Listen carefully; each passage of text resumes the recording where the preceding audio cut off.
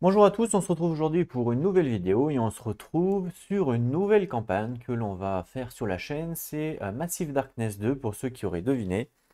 Je ne sais pas si vous avez vu dans l'onglet communauté, mais en fait actuellement on va avoir deux nouvelles campagnes qui vont intégrer la chaîne, en plus de la campagne évidemment KDM Interactive qui continue son cours.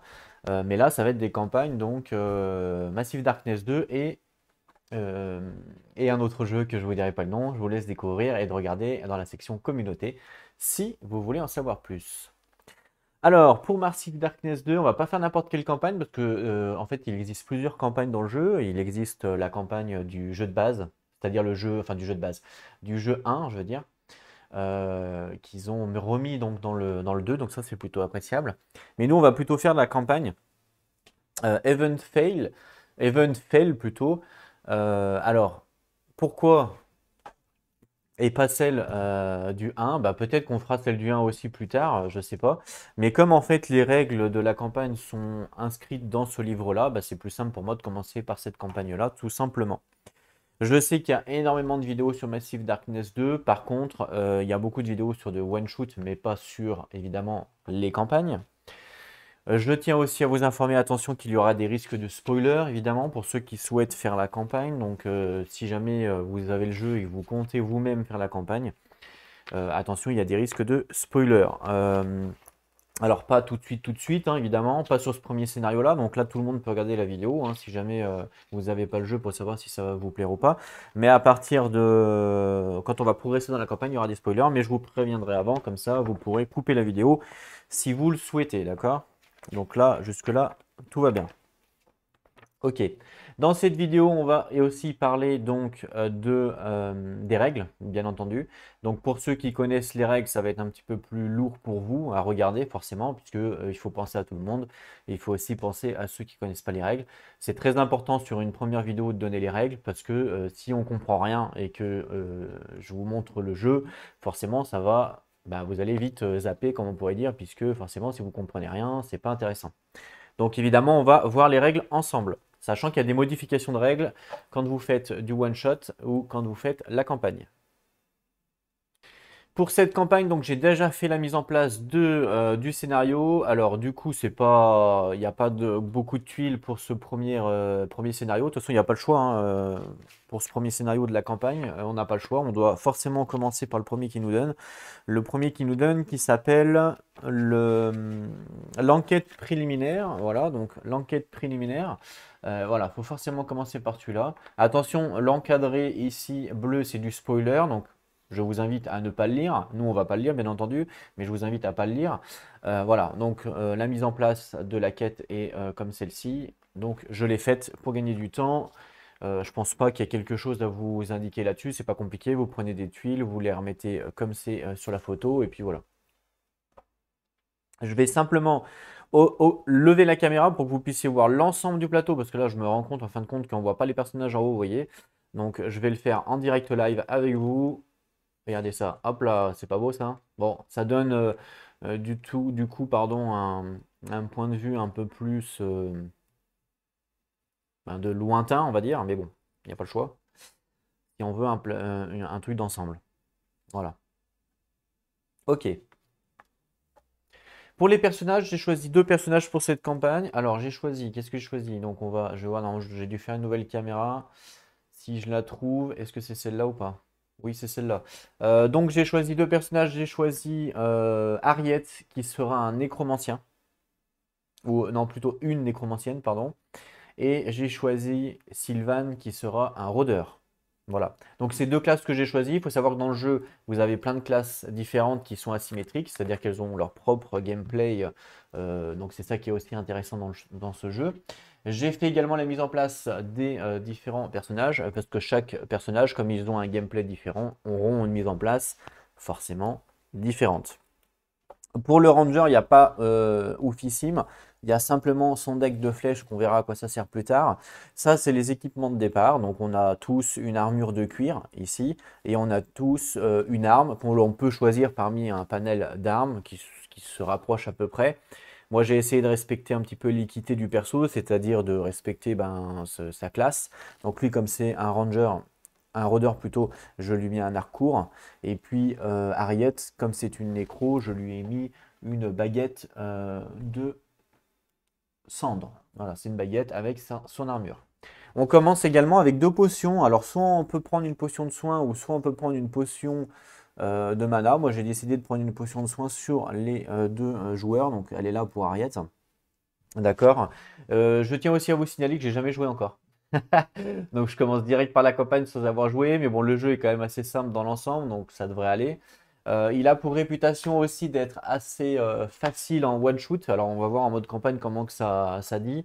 Mais il y a quand même pas mal de règles custom qui ont été faites par la communauté. Justement parce que le jeu semble trop facile. Alors je sais pas en campagne, on va découvrir ça. Ok, parce qu'il y a quand même des petits trucs qui changent. J'ai pas pris les compétences exprès pour le faire avec vous, parce que quand on commence le jeu, on a le droit à une compétence niveau 1 que j'ai pas choisie. Je vais le faire avec vous, tout simplement. Ici, pour vous expliquer, donc ça, c'est par rapport au nécro, c'est son plateau à elle. On verra à quoi ça sert quand on va jouer. En fait, elle va pouvoir gagner des âmes pour ramener des monstres sur le champ de bataille. Et justement, les monstres que l'on peut ramener, ils sont là-bas. Donc, j'ai mis la carte ici, là, vous voyez, avec mon laser rouge. J'ai mis la carte ici avec les monstres à côté parce qu'elle elle peut les ramener, en fait. C'est cette bande-là qu'elle peut ramener. C'est des squelettes, en fait, tout simplement. Voilà. Le reste, on verra ça plus tard, il n'y a rien de folichon. Donc voilà pour les personnages. Je veux juste vous montrer à la rigueur une armure, hein, donc c'est la même. L'armure là, c'est exactement la même que celle-là. Je peux vous la montrer en plus gros si vous le souhaitez. C'est quoi ça? Une petite miette. Voilà, une petite armure de cuir usé, vous voyez, donc ça nous propose un dé bleu quand on défend, bien entendu. Ok. L'arc, je peux vous le montrer également. Voilà, donc on va voir comment que ça marche au niveau des armes et au niveau des attaques. Mais en fait, avec cette arme-là, on peut attaquer deux fois. Enfin, on peut attaquer deux fois. Pas vraiment. On peut attaquer de deux façons différentes. Soit on attaque avec la distance, ici, soit on attaque avec le corps à corps, ici. Donc on a deux façons de faire. Et évidemment, ça prend deux mains. Donc voilà pour l'arc court. Et donc la baguette de cendre, je vous la montre ici. Il y a une petite capacité. Quand on dépense de la mana, on gagne plus 1. Voilà, c'est une attaque magique. On le reconnaît grâce au symbole. Et puis, voilà. Alors, les capacités, je peux vous les montrer également des personnages. Donc, on a Sylvan. On voit que quand il attaque, il a plus 3 contre les monstres errants. C'est quand même appréciable. Et quand il est dans une zone d'ombre, hein, donc je vous expliquerai à quoi ça correspond. Et bien dans ce cas-là, il pourra piocher et défausser une carte flèche. Vous pouvez ignorer un dé ou un effet cassé d'une flèche pour chaque flèche révélée de la sorte. Pour l'instant, on ne comprend rien évidemment, on verra quand on joue. Et pour Harriet, au début de votre tour, lancez un dé noir. Si vous obtenez au moins un symbole de main, on gagne du coup une âme. Et quand elle est dans les ombres, dès qu'on tue un séide qui défend, attention, ça peut être assez important, on gagne plus 1, plus une âme. D'accord? Donc voilà pour les persos, voilà pour ça. Je reviendrai dessus évidemment, mais c'était juste pour vous indiquer un petit peu comment que ça se passait, comment que ça se déroulait. Alors j'ai pris les personnages au pif, hein, puisque comme je vous ai dit, je ne les connais pas, puisque j'ai jamais joué. Donc je peux pas. J'ai pris rôdeur parce que j'aime bien tout ce qui est archer. Et nécro, j'aime bien tout ce qui est justement mort-vivant, machin, faire renaître des monstres. Donc voilà. Alors je suis en train de me rendre compte que si j'avais tourné le donjon dans l'autre sens, ça serait plus appréciable pour vous. Il n'y aurait pas cet effet, vous voyez, comme ça. Donc ce que je vais faire, c'est que je vais mettre en pause et je vais le tourner. Et voilà le travail. Je pense que c'est beaucoup mieux pour vous. Vous n'avez pas moins cet effet-là. En plus, moi, maintenant, je peux baisser la caméra parce qu'évidemment, l'angle de vision n'est plus le même. Donc, je peux baisser un petit peu la caméra. Comme ça, vous avez quand même une vision d'ensemble et c'est plus près. C'est plus agréable pour vous. J'aime bien quand c'est près, qu'on voit bien les choses. Sachant qu'en plus, un petit défaut du jeu, alors ça, c'est un défaut évidemment personnel hein, que j'ai trouvé, c'est que c'était assez sombre. Alors, la couleur de la caméra, enfin, la couleur du jeu est réellement comme vous la voyez sur l'écran. À moins que votre colorimétrie d'écran ne corresponde pas, mais s'il est calibré, normalement, il n'y a pas de souci. J'essaye de respecter avec la caméra au mieux les couleurs réelles. Donc en fait, vous voyez que c'est assez sombre, les pions, on les voit pas forcément super bien. En plus d'être petit, comme celui-là, il est noir sur noir. On voit pas super ici pareil, vous voyez, il suffit que je le mets là et puis on le voit pratiquement plus. Donc voilà, c'est un petit défaut que moi j'ai trouvé. Et justement, vient-en aux zones d'ombre, pardon. Donc les zones d'ombre, c'est toutes les cases qui sont noires et toutes les cases allumées, c'est toutes les cases lumière en fait, hein, tout simplement. Voilà. Comment ça se passe dans le donjon? Comment ça se comporte? Comment ça se lit? Parce que c'est vrai que quand on regarde comme ça, on n'a peut-être pas l'habitude de lire. En fait, il y a des murs ici et chaque mur sépare le couloir, par exemple. Donc là, en fait, vous voyez que là, on est dans le couloir.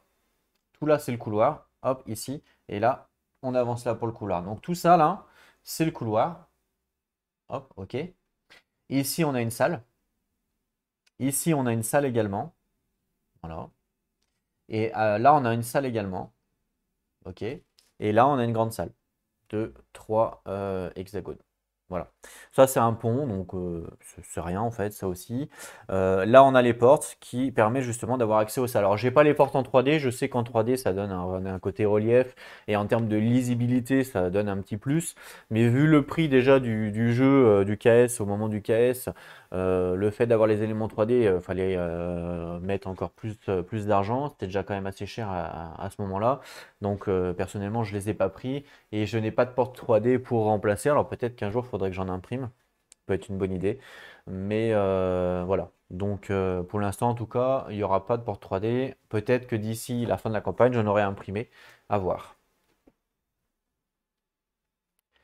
Alors, quand on fait une campagne, on commence donc la quête sur ce qu'on appelle l'enquête préliminaire. Donc, on doit faire la mise en place. Donc, on fait la mise en place du plateau, on fait la mise en place des personnages. Et pendant la mise en place, on a également des petites modifications à faire par rapport au jeu de base que je vais indiquer, puisque ceux qui connaissent par exemple le one-shot, ils ont peut-être pas l'habitude pour le mode campagne. Et on pourrait penser du coup que j'ai fait des erreurs, mais en fait non, pas du tout. Donc c'est pour ça que je préfère les indiquer. Voilà, par souci de prévenance. Tout d'abord, il y a une modification sur les personnages. Donc ça, je pense que vous le saviez, mais bon, c'est pas grave. La piste ici a été modifiée. En temps normal, sur un one-shoot, on peut aller jusqu'au niveau 5, alors que là, on peut aller jusqu'au niveau 10. D'accord? Donc il y a un côté niveau 5, et après 6, 7, 8, 9, 10. Voilà, pareil pour les monstres, on peut aller jusqu'au niveau 10. Donc peut-être qu'il y en a qui le savaient déjà, mais bon, je préfère quand même préciser. Le deuxième point important qui change, c'est le sac au trésor. En fait, il faut savoir que dans le jeu, on a un sac au trésor. Dans ce sac au trésor, on doit mettre des pions qui correspondent à des trésors. Quand on fait un one-shoot, ils nous disent de mettre X pions, par exemple, de trésors standard, X pions de trésors rares, X pions de trésors légendaires. Je dis une connerie, hein, mais c'est pour, voilà, c'est un exemple. OK. Et bien là, en mode campagne, ils nous disent de mettre de ne pas faire le sac standard comme vous pouvez l'avoir vu dans le mode one shoot. Et ils nous disent en fait de mettre 10 pions trésor commun et un pion trésor rare, c'est tout. Donc en fait dans le sac là il y a 10 pions communs standard et un pion rare. D'accord? Donc ne vous étonnez pas si par exemple je ne prends pas beaucoup de pions rares par rapport à un one shoot. Voilà, c'est normal, c'est la campagne qui veut ça. Il y aura donc des bandes et des monstres de niveau 6 à 10 forcément puisqu'on va pouvoir monter jusqu'au niveau 10. Il y a également des nouvelles bandes, il y a également des nouveaux monstres, sachant que j'ai aussi Massive Darkness 1, donc j'ai tout mélangé en même temps. Donc on peut avoir des bandes du 1, on peut avoir des bandes du 2, donc on verra, ça sera évidemment aléatoire. Il y a évidemment des nouveaux objets avec les objets légendaires, donc ça c'est tout bon. Il nous demande également dans les cartes portes, on verra à quoi ça correspond, les cartes portes, on verra à quoi ça sert. On a un deck en fait qui correspond aux cartes portes quand on ouvre une porte tout simplement. Il nous demande d'enlever des cartes spécifiques par rapport à la campagne, donc que j'ai fait évidemment. Donc là, dans le deck des portes, il manque des cartes. C'est pas une erreur, c'est bien le fait que c'est la campagne qui nous demande de les enlever. La dernière modification qui doit être faite pour le mode campagne, c'est la piste des ténèbres. Alors la piste des ténèbres, je vais vous la mettre tout pour que vous puissiez la voir correctement quand même, avoir une vue de la piste, ça peut être intéressant. Je vais descendre un peu ça. Voilà. Alors je vais la récupérer. Je vais la mettre là.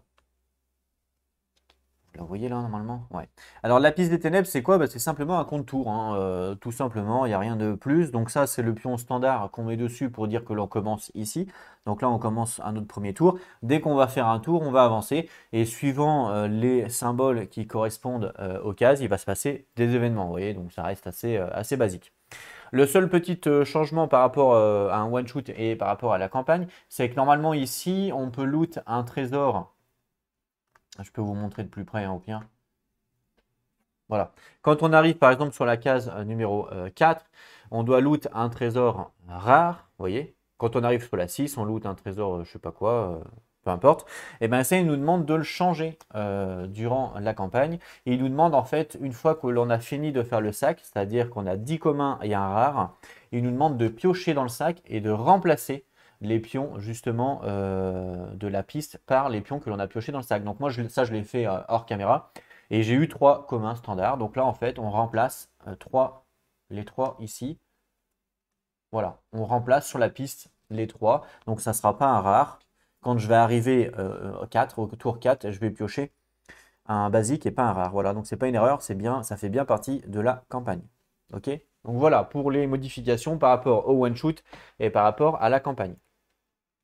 On va terminer donc la mise en place pour finir et puis ensuite on pourra commencer la campagne. Alors du coup pour finir la mise en place, on doit choisir une compétence de niveau 1 pour nos personnages. Donc je ne l'ai pas fait évidemment pour le faire avec vous. Il faut savoir que chaque personnage a un deck de compétences, hein. Il y a ici et ici.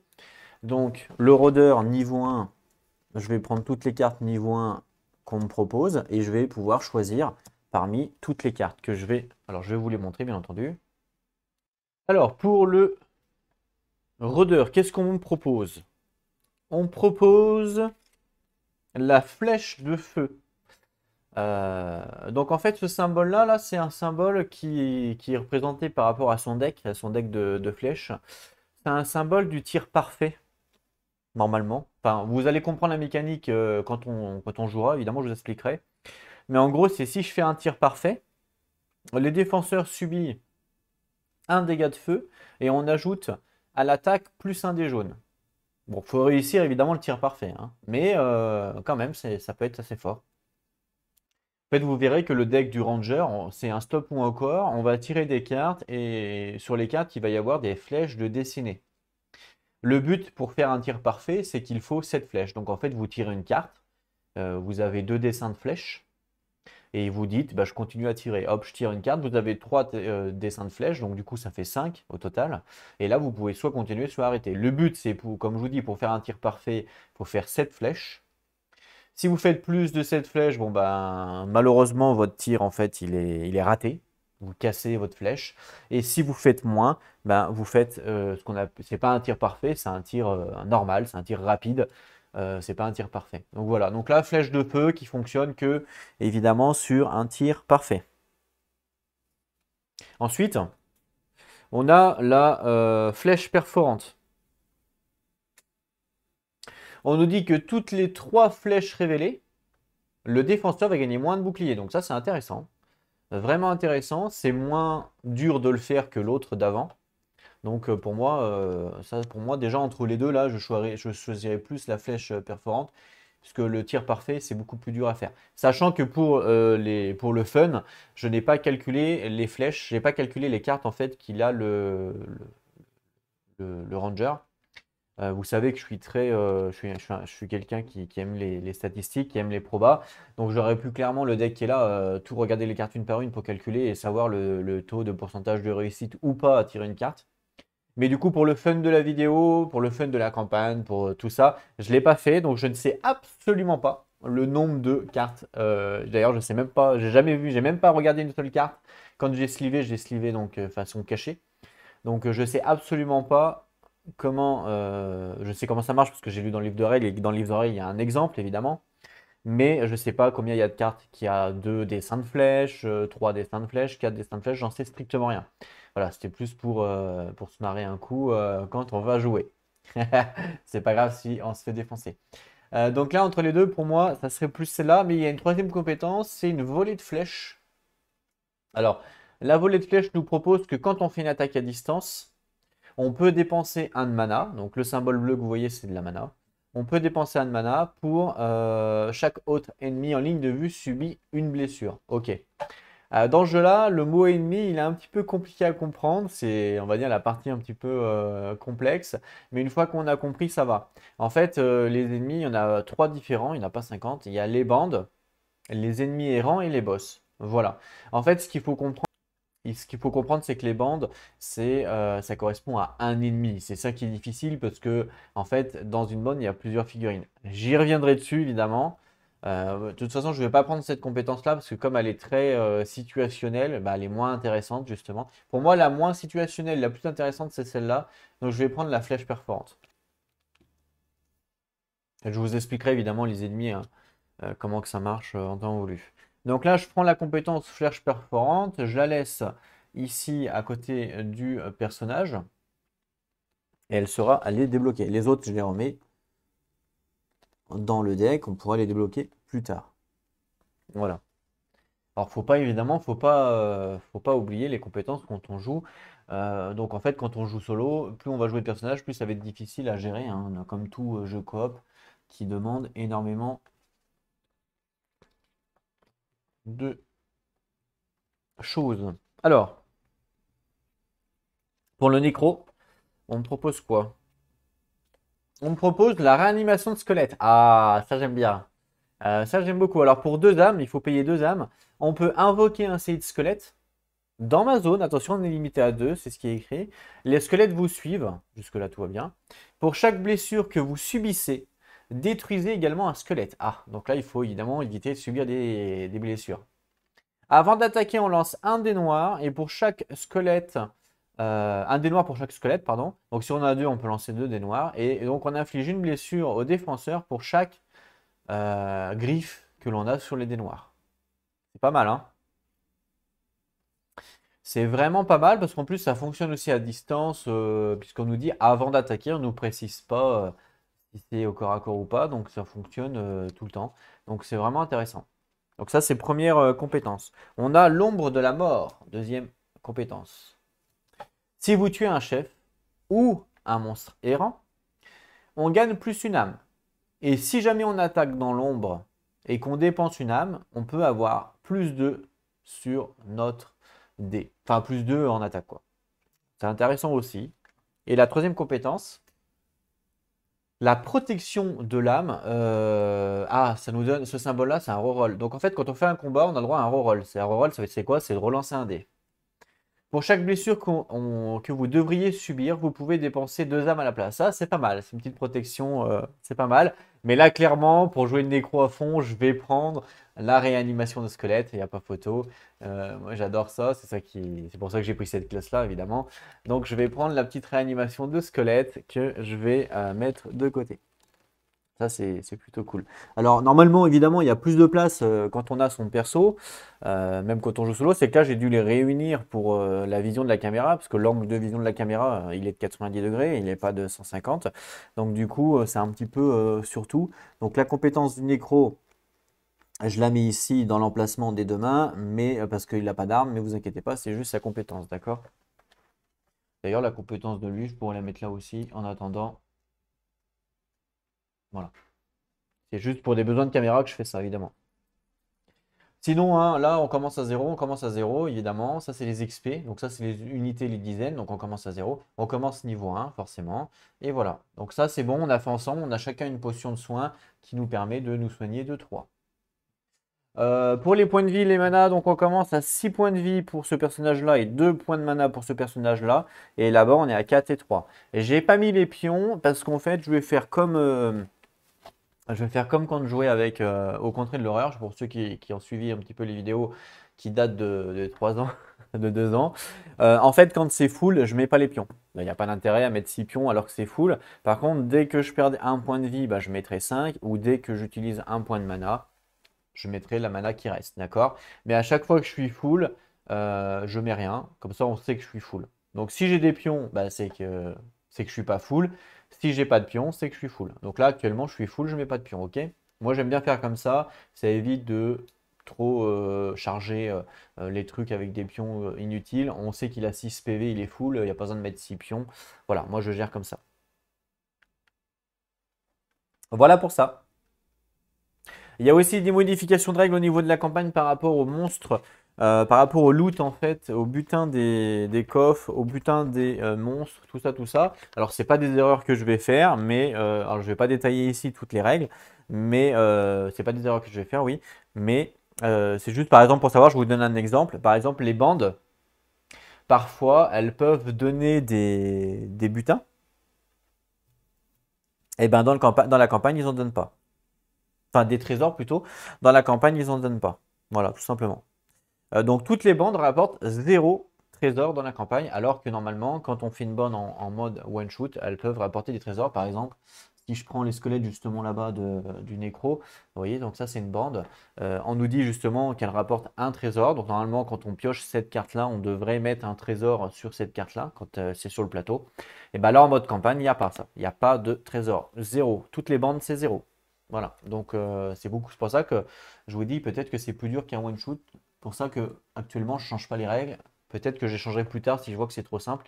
Mais pour l'instant, comme je ne connais pas, je vais laisser les règles, les vraies règles, quoi. Voilà. Donc il y a quelques petites modifications comme ça par rapport au loot des coffres, par rapport au loot des monstres, tout ça. Donc j'apporterai pendant la campagne. Je ne vais pas toutes les énumérer là, mais vous savez que ce n'est pas des erreurs, c'est des modifications de règles par rapport à la campagne. Il nous reste une dernière chose à faire pour la mise en place et pour le blabla. Et puis après, on a terminé. C'est. Ah non. Ouais, non, en fait, il y a deux choses à faire. On a l'objectif de quête à lire. On va lire la quête. Alors, avant de lire la quête, on a un spawn à faire. Vous savez que quand on fait la mise en place d'une quête, on a ici un petit symbole blanc. Vous voyez? Ce petit symbole blanc, en fait, on nous dit zone de départ des bandes. En fait, ça veut dire qu'il y a une bande ici. Alors, je ne l'ai pas mise pour la mettre avec vous, forcément. Donc, je vais la tirer au hasard et je vais la mettre avec vous. Actuellement, on est niveau 1, donc le donjon, il est niveau 1. Comment ça marche pour le niveau du donjon? C'est très simple, c'est comme Zombicide. On prend le niveau du personnage le plus haut et du coup, le donjon sera de ce niveau-là. C'est exactement le même principe que Zombicide. Zombicide, quand vous avez un personnage qui passe en bleu, ou orange, ouais, je crois que c'est orange, ou vert, enfin je sais plus exactement les couleurs, mais quand vous avez un personnage qui passe en bleu, hop, directement, tous les monstres deviennent bleus, deviennent plus forts, et là c'est exactement la même chose. Dès qu'un personnage monte de niveau, les monstres deviennent plus forts par rapport au niveau du personnage du plus haut. Donc là, comme mes deux personnages sont niveau 1, on prend une bande niveau 1. Pour les bandes, on a des cartes, comme celle-là, je les mélange. Alors, j'ai pas sleeve le jeu, c'est assez rare, comme vous pouvez le constater. Normalement, je sleeve toujours tous mes jeux. Mais là, en fait, comme il y a énormément de cartes et que ça coûte de plus en plus cher de sleeve les jeux, et ben, celui-là, je ne l'ai pas sleeve, c'est une petite exception. Donc, du coup, le mélange ne sera pas parfait, puisque vous savez, regardez comment je mélange, je fais des...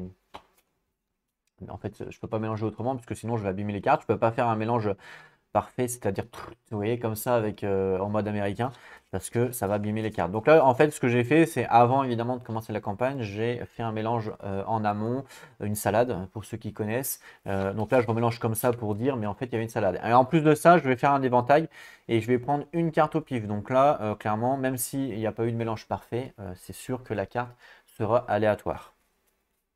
Donc je vais prendre celle-là. Voilà. Donc on est bien sur du niveau 1-2 puisque mes personnages sont du niveau 1. Ok, jusque-là tout va bien. Alors on a quoi? Des démons.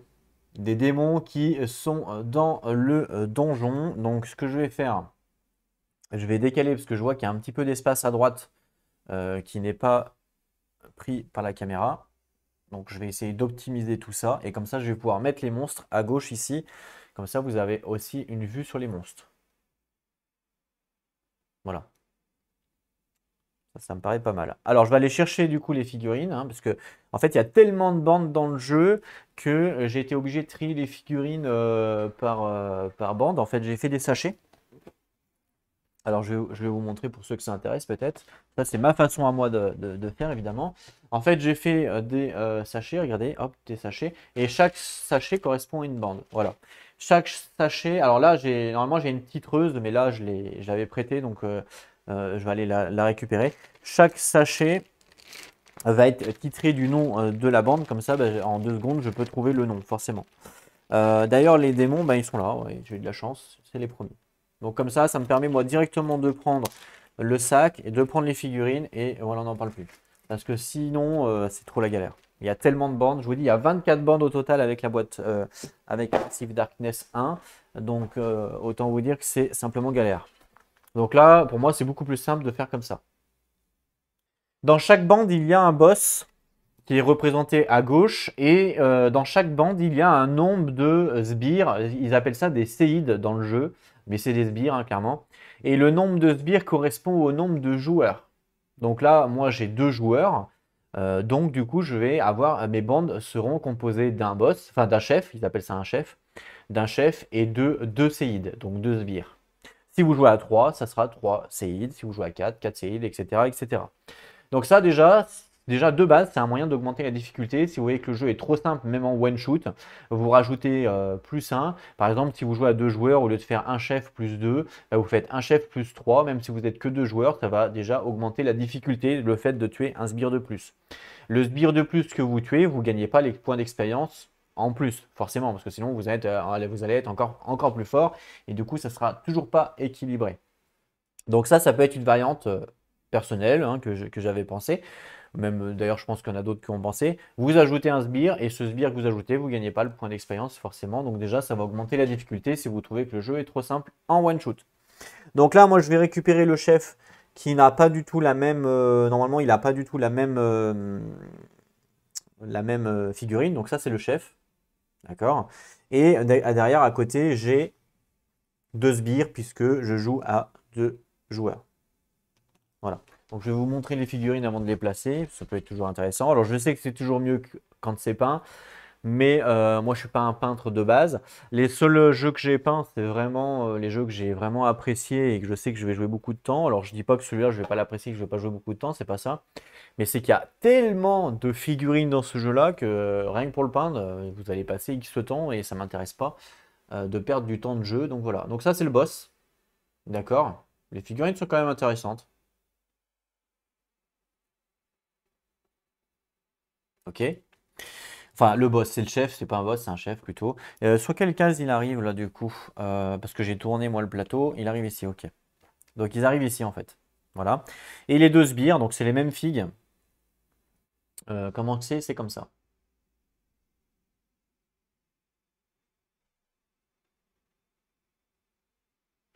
Voilà, toujours compliqué. On va essayer de montrer les figurines en cam. Voilà. Donc voilà les sbires. Enfin les sbires, la première bande, pardon. Donc c'est une bande de démons qui est ici.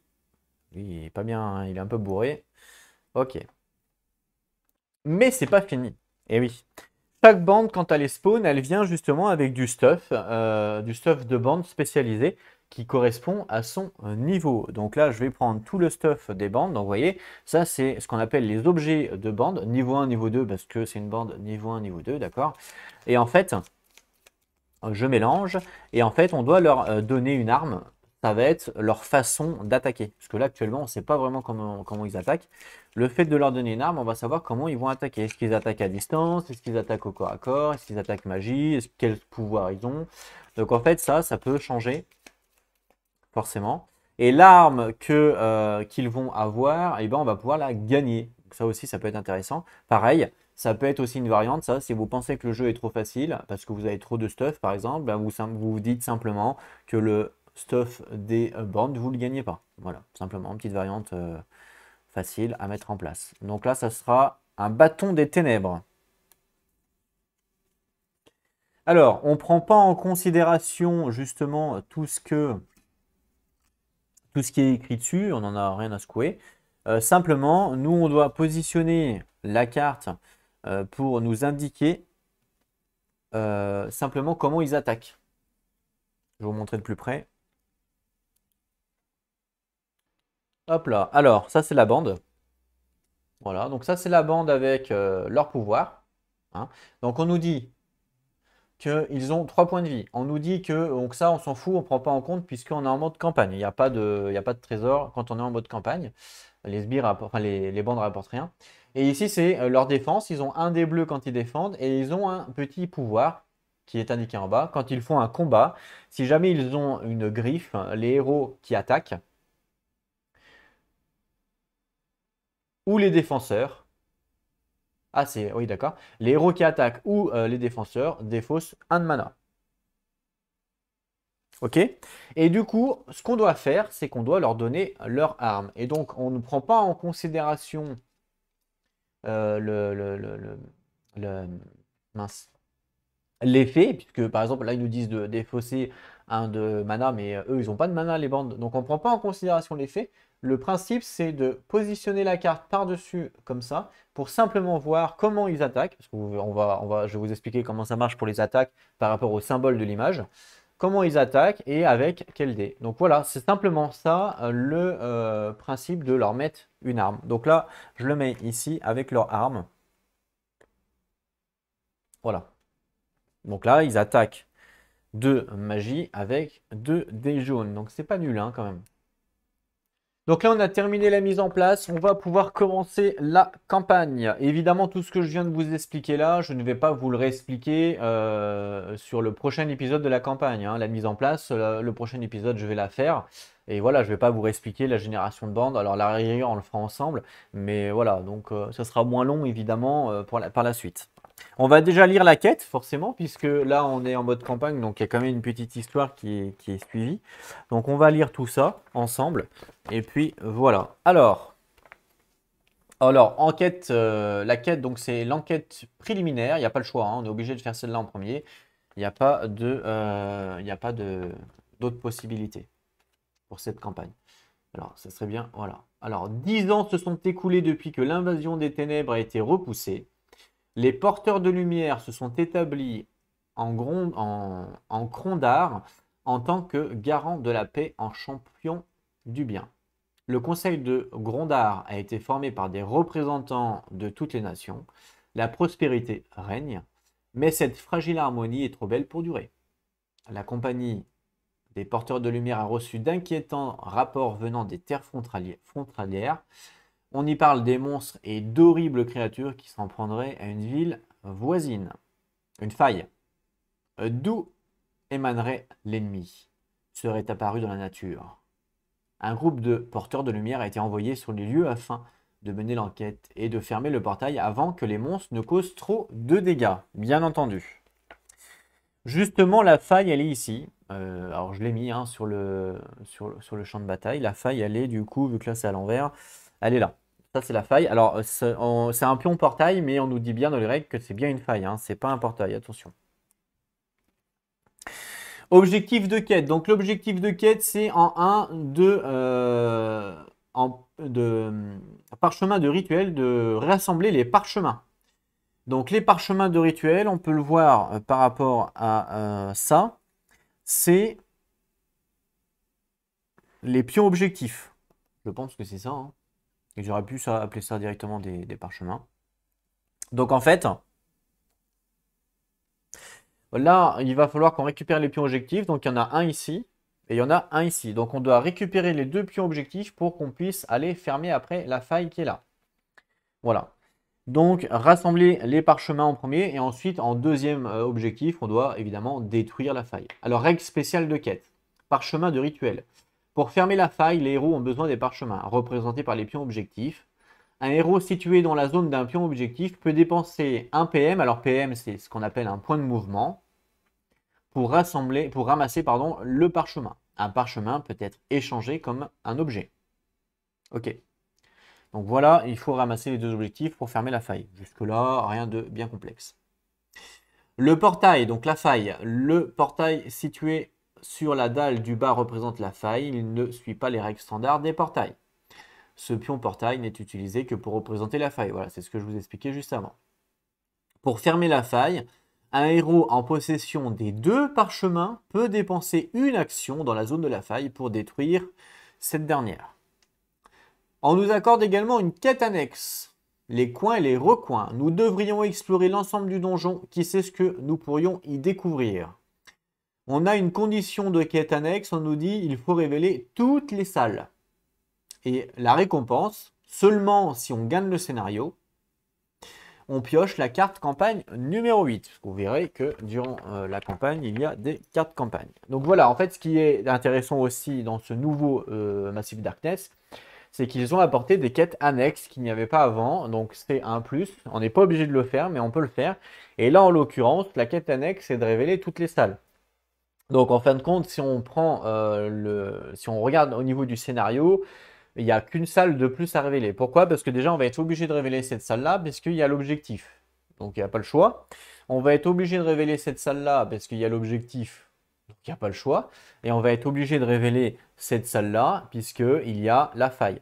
Donc il n'y a pas le choix. Donc en fin de compte, celle-là obligée et celle-là obligée, il ne reste plus qu'une. Il ne reste plus que celle-là. Donc en fait, si on révèle cette salle-là, eh ben, on aura accompli l'objectif annexe. Donc c'est pas très dur en plus.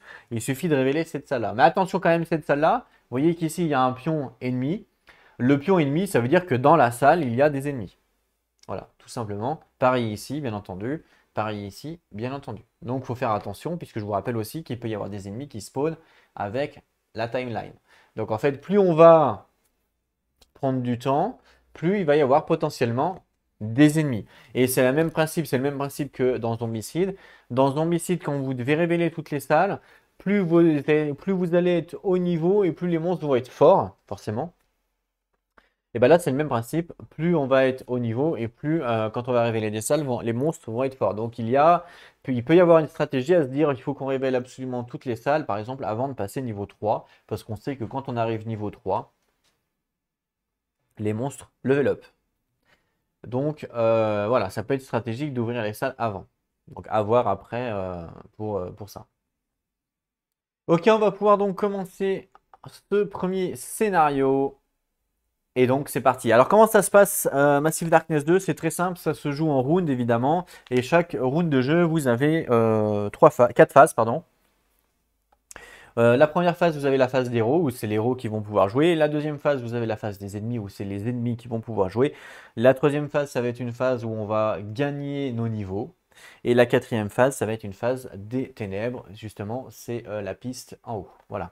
Donc, c'est très simple. On commence tout d'abord avec la phase des héros. Quand on commence donc un round, on commence par la phase des héros. Et la phase des héros, on a la possibilité d'activer un héros. L'ordre d'activation des héros, c'est les joueurs qui choisissent. Vous n'êtes pas obligé de respecter toujours le même. Vous faites ce que vous voulez. Donc là, moi, je pourrais activer, par exemple, mon archer ou ma nécro. C'est moi qui décide. Quand vous activez un personnage, vous avez le droit à 3 actions. Les actions potentielles, comme tout donjon crawler, c'est très simple. Vous pouvez vous déplacer, forcément. Vous pouvez attaquer, forcément, j'ai envie de dire. Vous pouvez échanger. Vous pouvez faire une récupération, c'est-à-dire un peu, c'est du soin en fait, si vous voulez. Et vous pouvez faire tout ce qui est un petit peu action spéciale. Des fois sur les cartes, c'est marqué faites une action pour faire ça. Voilà. Donc voilà à peu près tout ce que vous pouvez faire. Mouvement, attaquer, se heal, si vous voulez, une récupération et échanger évidemment, comme tout donjon crawler, et une action spéciale qu'il y a sur les cartes. Donc vous voyez, ça reste quand même assez simple en termes de règles. Il n'y a pas y a pas énormément d'actions, ça reste standard. Ok. Ce qu'il faut bien comprendre, c'est que quand vous faites une action de déplacement, vous avez le droit à 3 points. Dans cette action-là, vous avez le droit à 3 points, tout simplement. Ce qu'on appelle donc des PM, c'est-à-dire des points de mouvement. Ils auraient pu appeler ça autrement pour éviter la confusion. Voilà. Mais en fait, quand vous faites une action de mouvement, vous avez le droit à 2, pardon, c'est pas 3, c'est 2, à 2 points, 2 points en fait. Et avec ces points, vous pouvez faire plusieurs choses. Vous pouvez évidemment vous déplacer d'une case, logique. Vous pouvez ouvrir une porte. Vous pouvez interagir avec un élément. On verra à quoi ça correspond. Vous verrez que là, par exemple, il faudra interagir pour récupérer ce pion-là. Ok. Donc voilà ce que vous pouvez faire avec vos points de mouvement. Donc là, moi, en premier, comme je sais que je vais prendre l'objectif ici, forcément, il y a deux façons de faire. Soit j'ouvre la porte, par exemple, ici pour rentrer là.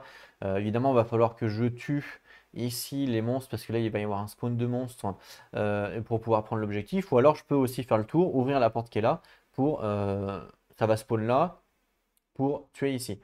L'intérêt de faire ça, enfin l'intérêt oui et non, c'est que là, ils n'auront pas la ligne de vue sur moi, donc potentiellement je peux faire des choses, mais en même temps ici, je peux me barrer aussi, donc ça peut être intéressant de faire les deux.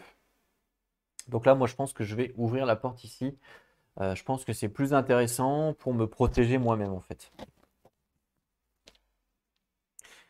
Donc, qui c'est qu'on va jouer en premier? Ce qui serait intéressant, alors, lui, il peut attaquer à distance, puisqu'il a une arme à distance. Elle peut attaquer magique, donc elle peut aussi attaquer ici. Elle a un dé jaune, lui, il a un dé jaune. Et elle peut potentiellement, elle va pouvoir... ouais, elle va pouvoir à la rigueur faire sa capacité, mais il faut deux âmes, donc là, elle va pas pouvoir. Je pense que je vais jouer en premier l'archer. Ouais.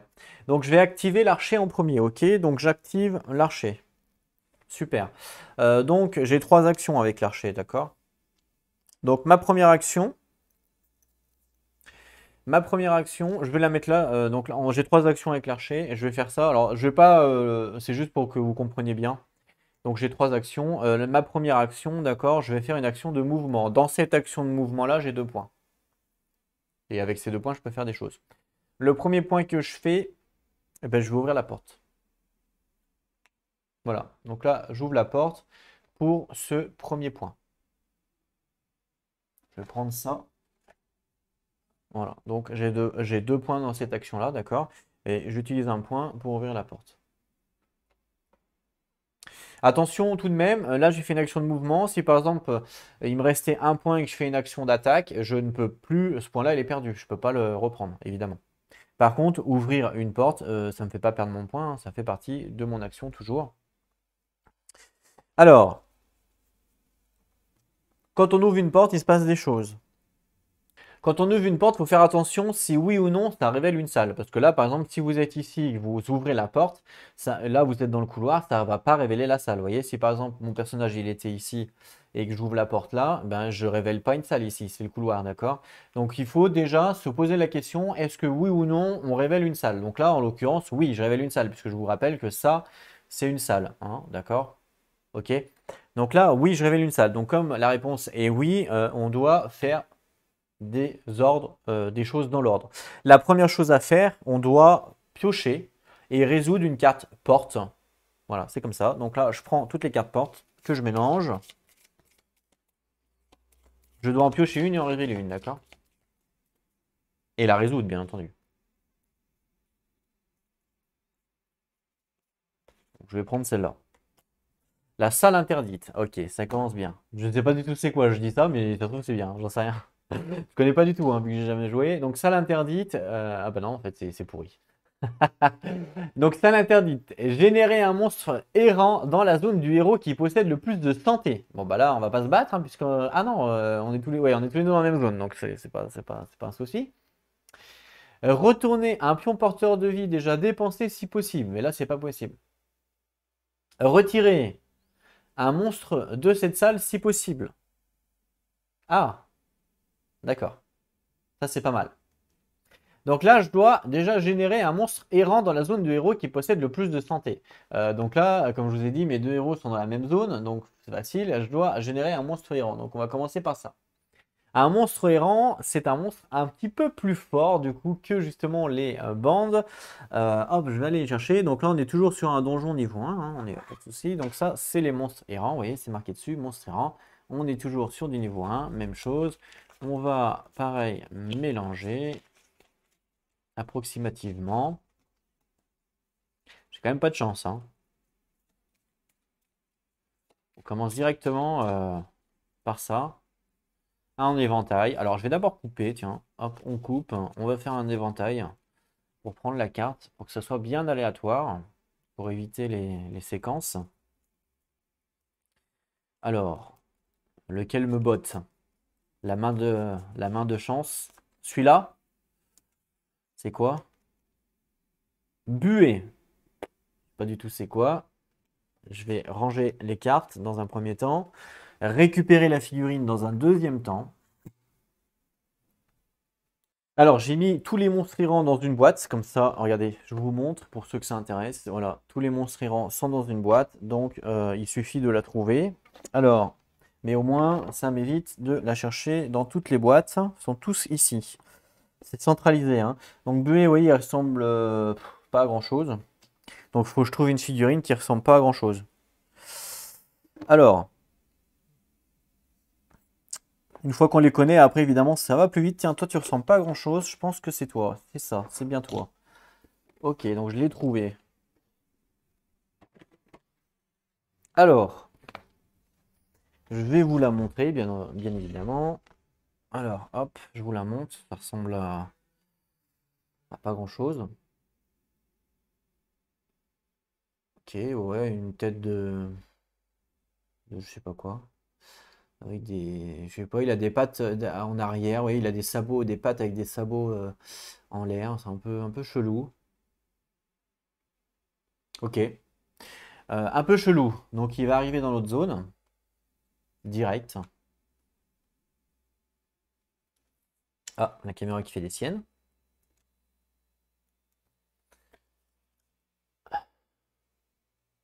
Hop, c'est bon?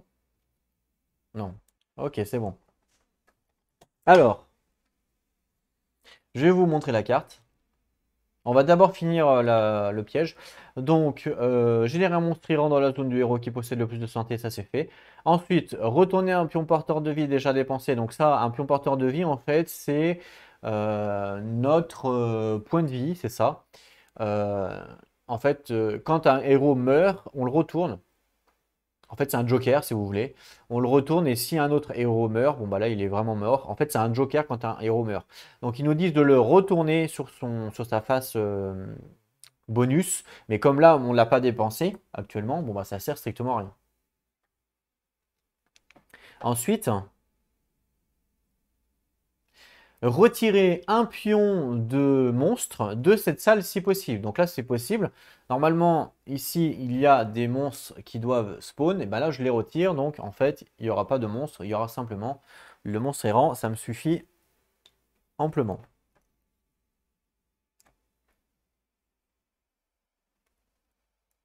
Alors, pour finir donc la porte, normalement, quand on pioche une carte porte, on fait évidemment ses effets.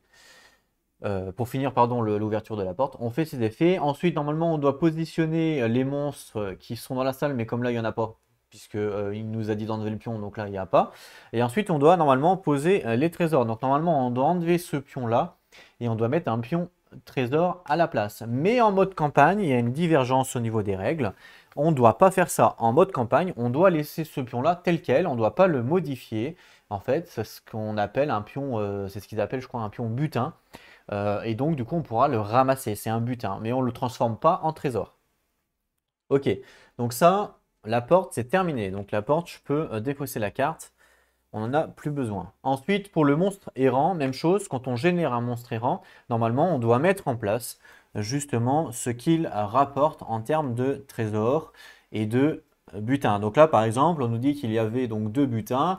Donc là, en temps normal, sur un one-shoot, j'aurais dû prendre le sac, piocher 2 pions et le mettre dessus. Et quand on le tue, on récupère justement ces trésors. Mais là, du coup, en mode campagne, c'est différent. En mode campagne, on nous dit que tous les monstres errants, donc ça, rapportent un trésor. C'est tout. Pas autre chose. Pas un, pas deux, pas trois. Peu importe ce qu'il y a écrit ici, ça rapporte simplement un trésor. Point. Donc tous les monstres errants rapportent un trésor. Donc lui, je vais pouvoir piocher un trésor et le mettre dessus. Et une fois qu'on l'aura tué, on pourra le récupérer. Je le mettrai après. On va d'abord lire ses capacités. Pour ceux qui se posent la question, vous voyez, parce que là, normalement, ça rapporte 2 butins et ça, c'est ce qu'on appelle une récompense fixe. Donc, forcément, ça rapporte ça. Même la récompense fixe n'est pas prise en compte pour le mode campagne, hein. Ça, c'est vraiment, il n'y a rien dessus et c'est simplement un trésor. Voilà. Donc, c'est pour ceux qui se posent la question, à se dire, ouais, mais il y a le fixe. Non, non, même le fixe n'est pas pris en compte. Donc là, je vais prendre le sac pour piocher un pion trésor pour savoir qu'est-ce qu'il pourrait me rapporter. Sachant que dans le sac, je vous rappelle qu'il n'y a que des communs et un rare. Alors peut-être que je vais avoir le rare avec un peu de chance. Je mélange bien. C'est quoi? Et non, c'est un commun. C'est un commun. Donc ça, c'est un commun par rapport au monstre. Je le mets de côté puisqu'on va regarder la carte avant. Hop, alors. Au niveau de la carte, on voit qu'il a 4 HP par rapport au nombre de héros. Donc c'est ce qui est à droite. Donc en fait, là, on peut se dire qu'il a 8 HP. Ici, on a sa défense. Donc là, c'est deck par rapport à sa défense. On nous dit buée est toujours activé en dernier lors de la phase des ennemis. Et là, il y a des conditions d'activation qu'on lira plus tard quand on va l'activer, bien entendu. Là, pour l'instant, je ne l'active pas, on s'en fout un peu. Et en dessous, on a le combat. Chaque ennemi se soigne de 1 quand il combat. Ah ouais, d'accord. Ça, c'est vraiment assez fort quand même. Ça, c'est son activation. Vous voyez qu'il a un dé noir, un dé orange. Quand il attaque, pardon. Il attaque au corps à corps. Bah si on va lire en fait. Si le donjon contient une ou plusieurs bandes, ce qui est le cas actuellement, Buée effectue 2 actions comme une bande. Ok. Ensuite, la bande la plus proche de Buée effectue une action. Ah ouais. Sinon, donc ça veut dire le sinon, ça se rapporte évidemment à s'il n'y a pas une ou plusieurs bandes, hein. Générer une bande dans la zone de Buée. Ok. Ouais, c'est chaud ça. Ah ouais, c'est chaud ça. Il joue avec les bandes lui. Et en plus, il fait soigner tout le monde sur le champ de bataille, donc ça c'est pas cool. Ah, donc le monstre errant, je vais le mettre pour que vous puissiez le voir quand même un minimum. Écoutez, je vais mettre sa feuille ici, enfin sa carte ici. Le pion butin, il n'y en a qu'un, donc je le mets là, dessus. Voilà, c'est ce que l'on va gagner si on arrive à le tuer. On n'est pas obligé, bien entendu. Enfin, c'est un pion trésor, c'est pas un pion butin. Donc là, je continue moi mon action. Je vous rappelle que j'étais en action de mouvement et qu'il me restait un point. D'accord, jusque-là, tout va bien. Euh, Là, je pourrais par exemple potentiellement utiliser mon point de mouvement qui me reste ici pour me déplacer et reculer d'une case. Par exemple, je pourrais le faire. Le truc, c'est que quand on quitte une case alors qu'il y a des ennemis sur notre case, il y aura enfin, c'est pas vraiment une attaque d'opportunité, mais il y a un malus en fait, et on va prendre un dégât par ennemi sur notre case. Lui, c'est un ennemi justement, donc là, si je m'en vais, je vais prendre un dégât. Gratuit comme ça, je peux pas le bloquer, c'est le fait de partir. Voilà, c'est comme ça. Donc là, ou alors, je pourrais évidemment arrêter et faire une nouvelle action, hein, j'ai le droit aussi. Mais le truc, c'est comme lui, il est à distance, d'accord? Comme il est à distance, son deck de flèches, hein, donc c'est sa force, son deck de flèches fonctionne à distance, bien entendu. Et ouais, c'est ça le problème. Pourquoi je vous dis ça? En fait, c'est très simple, parce que son arme peut être, si je veux faire une action d'attaque, en fait, comment ça marche les actions d'attaque? Quand on fait une action d'attaque, on doit se référer au symbole. D'accord? Il y a 3 façons d'attaquer différents. La première façon, c'est l'épée, c'est ce qu'on appelle le corps à corps. La deuxième façon, c'est la magie. C'est ce qu'il a. Voilà, c'est la magie. Là, il y a les 3 symboles, là, c'est parfait. Je vais vous les montrer de plus près. Donc, il y a les 3 symboles là. Donc, c'est les 3 attaques différentes. Donc, c'est la magie ici, d'accord? Et la troisième façon d'attaquer, c'est à distance avec l'arc. Suivant comment vous attaquez, les règles ne vont pas être les mêmes, forcément. Donc, c'est facile. Quand vous attaquez au corps à corps, donc avec l'épée, vous êtes forcément, pour pouvoir le faire, il faut forcément que vous soyez dans la case du monstre que vous voulez attaquer. Donc, ce qu'on appelle portée 0. Ok? Quand vous voulez attaquer à distance, donc ce symbole-là avec l'arc, et ben là c'est l'inverse, c'est-à-dire que vous ne pouvez pas attaquer à portée 0. Vous êtes obligé d'attaquer à portée 1+, justement, c'est-à-dire à une case minimum de pouvoir attaquer. Et en plus, il faut la ligne de vue, bien entendu, on verra ça plus tard, la ligne de vue. Mais donc là, ce qui veut dire en fait que mon ranger, je ne peux pas faire je peux faire une action d'attaque au corps à corps, mais je ne peux pas faire une action d'attaque avec l'arc puisque je suis en portée 0 et que l'arc c'est à partir de portée 1+. C'est pour ça que je vous dis que l'intérêt serait que je me déplace par exemple ici, comme ça là, maintenant là, je peux attaquer à distance sur lui. Et la dernière capacité d'attaque, donc c'est l'attaque magique. L'attaque magique, vous pouvez attaquer portée 0, donc sur la case, et portée 1, pas plus. Si vous êtes à 2 de distance, vous ne pouvez pas. Voilà, c'est ça les règles d'attaque. Il y en a 3 différentes. Portée 0 pour le corps à corps. Portée, pour la magie, portée 0 et 1. Ok. Et pour l'arc, portée 1 plus, 1 illimité, quoi, en fait, si vous voulez. Voilà. Tout simplement. Donc le rôdeur, lui, sa capacité spécifique, c'est justement d'utiliser un deck de flèches, mais que quand il utilise à distance. Forcément, il ne va pas utiliser un deck de flèches, il utilise son arc pour taper au corps à corps, il lui tape dessus avec son arc. Donc vous comprenez que là, je pourrais effectivement le taper au corps à corps, mais je perds en fait la possibilité d'utiliser son deck. Après, je vous rappelle que lui, il a quand même une capacité que quand il attaque, alors là, du coup, il n'y a pas de spécification, que ce soit à distance ou au corps à corps. Du moment que c'est écrit mot-clé attaque tout court, il n'y a pas de spécification. Du moment qu'il attaque, il gagne plus 3 contre les monstres errants. Donc ça, c'est plutôt intéressant. Clairement. Après, en zone d'ombre. Donc là, on n'est pas en zone d'ombre actuellement.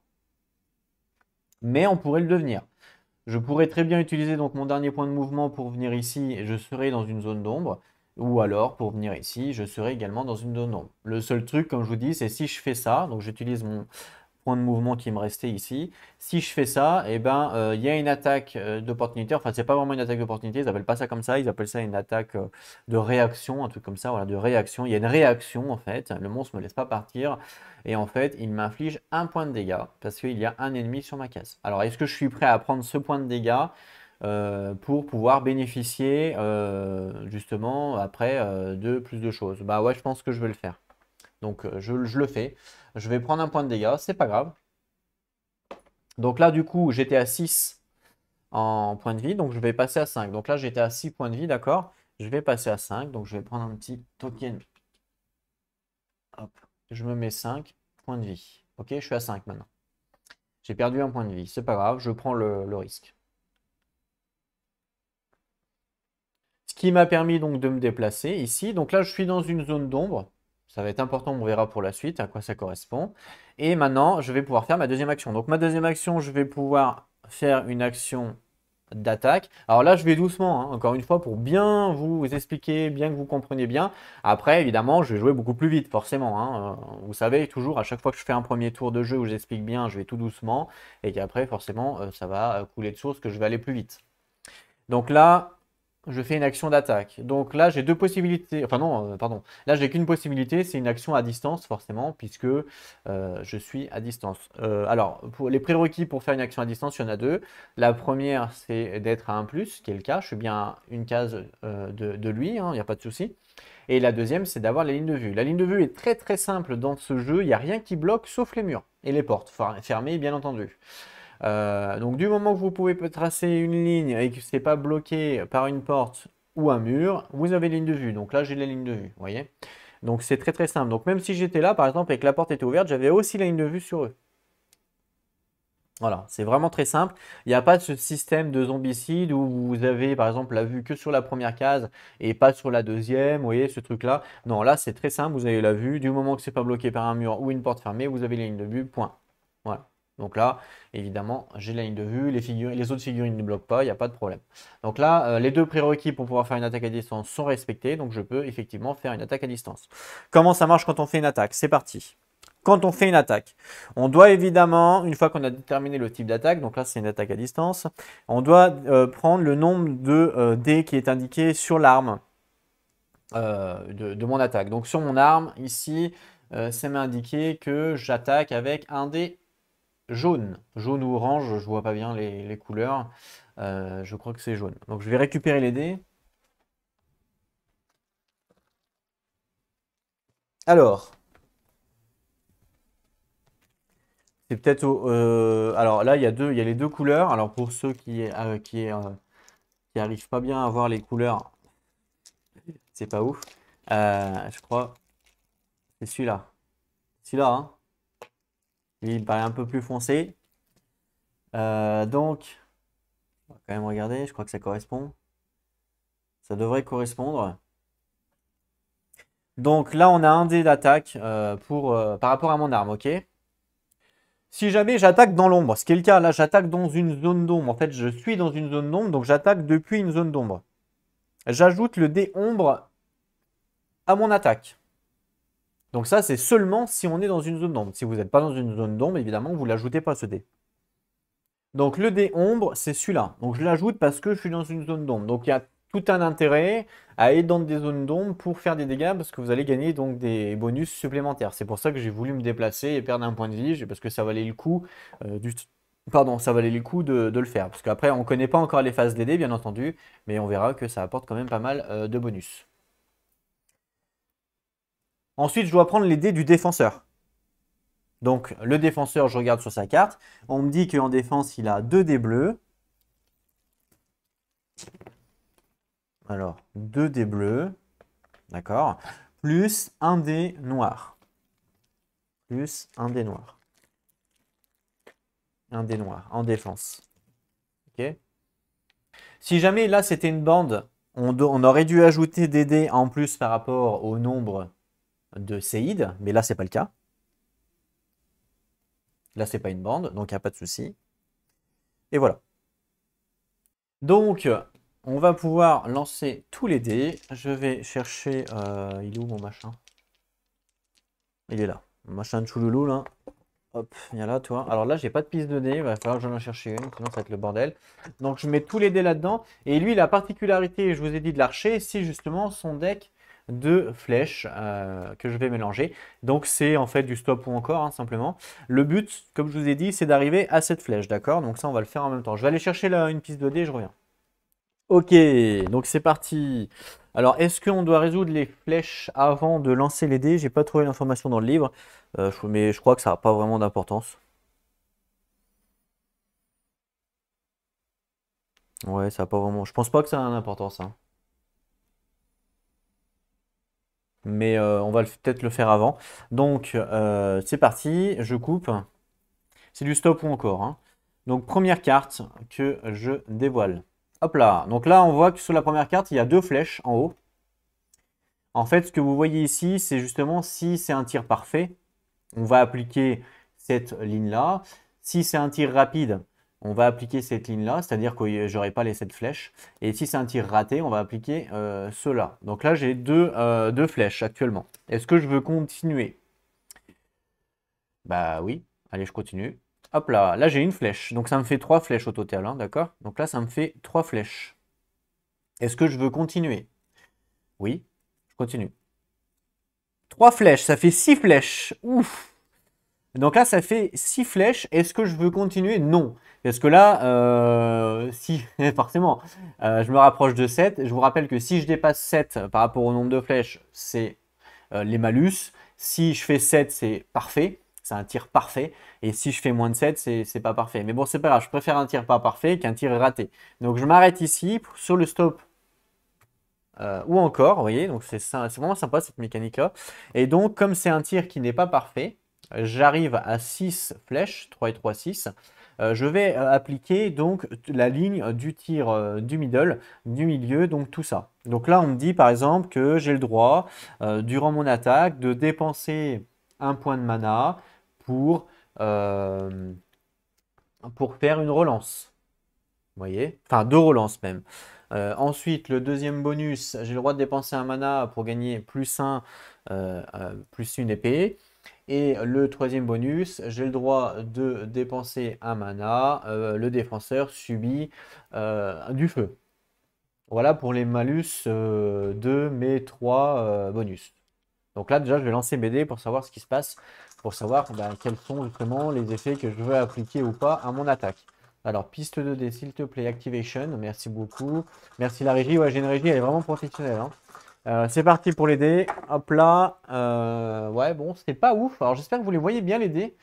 Je peux peut-être agrandir un petit peu. Voilà, pour que vous voyez un peu mieux. Alors, j'essaie de faire au mieux, forcément. Alors, on a un bouclier, une touche. Le jaune, vous le voyez ou pas? Ouais, ça fait une touche là, vous voyez. Donc une touche. Ici, on a 2 symboles bizarroïdes. On va voir c'est quoi. Ça, c'est raté, bien entendu. Et ici, on a un double symbole, une griffe et un symbole dégâts en fait, hein. Donc on va apprendre évidemment à lire. Alors comment ça marche? La première chose, on doit résoudre tous les effets, hein, les capacités et les effets, donc justement, dans l'ordre que l'on veut, il n'y a pas de souci. Donc là, les effets, donc ça, c'est pas un effet, ça, c'est pas un effet, ça, c'est vide. Donc là, par exemple, en effet, il y aurait ça, plus mes cartes ici, hein, avec les capacités, donc ça, c'est aussi des effets. Donc il faut résoudre comme je veux, parce que si par exemple je veux résoudre le reroll, il faut le faire avant de comptabiliser les touches et la défense, bien entendu. Alors, comment on lit? Donc, ce symbole-là, c'est la mana. Ce symbole-là. En fait, on me dit que si j'active l'effet de ce dé-là, je vais gagner 2 de mana. Actuellement, je suis full en mana, donc il n'y a pas d'intérêt à l'activer tout de suite. Ça serait un petit peu bête, vous voyez ce que je veux dire? Ce symbole-là, c'est le dé du monstre, en fait. Et la griffe, là, à droite, ça correspondrait aux dégâts qu'il me fait. Ben oui, parce qu'en fait, il y a une représaille, même s'il est loin de moi, c'est comme ça dans le jeu. En fait, la griffe correspond aux dégâts qu'il m'inflige et je ne peux pas évidemment les bloquer. Donc c'est automatiquement, donc là par exemple, c'est automatiquement un dégât qu'il m'inflige. Et la griffe, c'est les effets qui est indiqué sur sa carte. Je vous rappelle que sur la carte du monstre, de temps en temps, il y a des effets de griffe. Et par exemple, comme lui, la griffe, c'est qu'il est en combat. Donc en combat, la griffe, chaque ennemi se soigne de 1. Voilà, c'est ça, son effet de lui au niveau de sa griffe. Et chaque ennemi, ça sera évidemment différent. Donc voilà comment que ça marche. Donc là, moi, je vais dépenser de la mana par rapport aux flèches, déjà, avant de prendre ce dé-là, hein, forcément. Donc là, moi, par rapport à mes cartes de flèches, je vous rappelle que j'avais donc potentiellement pour 1 de mana 2 reroll, pour 1 de mana plus 1 d'attaque, et pour 1 de mana, le défenseur subit du feu. Hein, le défenseur, c'est le monstre. Alors, j'ai à la rigueur 2 de mana à dépenser. Parce que j'ai un dé qui me donne 2 justement. Parce que de base j'ai 2 de mana moi pour info. Ici, vous voyez, c'est marqué 2, j'ai 2 de mana. Et en plus, mon dé ici, il peut m'en donner 2. Alors, je ne peux pas aller au-delà de ma limite. Là, je suis au max de 2. Donc là, en fait, je pourrais dépenser 2 de mana. Et après, utiliser le dé là pour me redonner 2 points de mana. Donc c'est ça qui peut être intéressant. Donc en fait, j'ai 2 points de mana à dépenser. Sachant que lui, donc, alors... malheureusement, j'ai pas eu le symbole de la tête, parce que là, je vous rappelle que j'ai une capacité ombre également sur mon personnage ici. Mais pour la déclencher, il faut avoir la tête. Sauf que là, j'ai pas la tête. Donc là, je peux pas l'activer. Par contre, mon attaque fait plus 3 contre les monstres errants. Ça, c'est tout le temps actif. Donc là, moi, de base, j'ai plus 3 contre les monstres errants. Donc à la rigueur, je peux ajouter un dé. Donc ça, c'est pas un effet, hein, c'est un dé qui est ajouté. Donc j'ai plus 3 contre les monstres errants. Donc là, je m'ajoute plus 3 grâce à ma capacité. Ça, c'est actif. Ici, si je dépense un mana, je pourrais m'ajouter plus 1. Ici. Donc ça me ferait 4. Ça me ferait 4 parce que lui, il a un bouclier. Ça me ferait 4 dégâts sur lui. Ok, c'est pas mal. C'est pas mal, c'est pas mal. Je pourrais aussi lui mettre du feu, mais dans ce cas-là, je subirais 1 de dégâts. Bon, après, c'est que 1, tu vas me dire. Vous allez me dire, le pion feu, ça sert à quoi? Alors, le pion feu, en fait, c'est quand il va être activé, comme il est en feu, il va lancer un dé jaune, et suivant le nombre d'épées qu'il y a sur le dé jaune, il va prendre les dégâts. Donc, ça peut être intéressant de lui mettre. Donc là, moi, ce que je vais faire, j'ai 2 points de mana ici, hein, d'accord? Donc, ce que je vais faire, c'est que je vais dépenser 1 point de mana pour activer le défenseur subit du feu. Ok? Et je vais dépenser 1 point de mana pour activer l'épée. Je vais pas prendre, en fait, le reroll. C'est pas grave. Il va me faire un dégât, mais c'est pas grave. Ok? Donc j'active cet effet-là et j'active cet effet-là. Avec mes 2 points de mana. Donc en fait, je suis à 0 sur 2. Je lui mets un feu. Donc je lui mets un feu. Donc je lui mets sur sa feuille. Voilà. Je lui mets un feu. Et le deuxième actif, c'est que j'ai plus plus une épée. Donc là, en fait, je vais mettre 4 épées. Parce que j'ai plus une épée. Voilà, j'ai 4 épées, ok.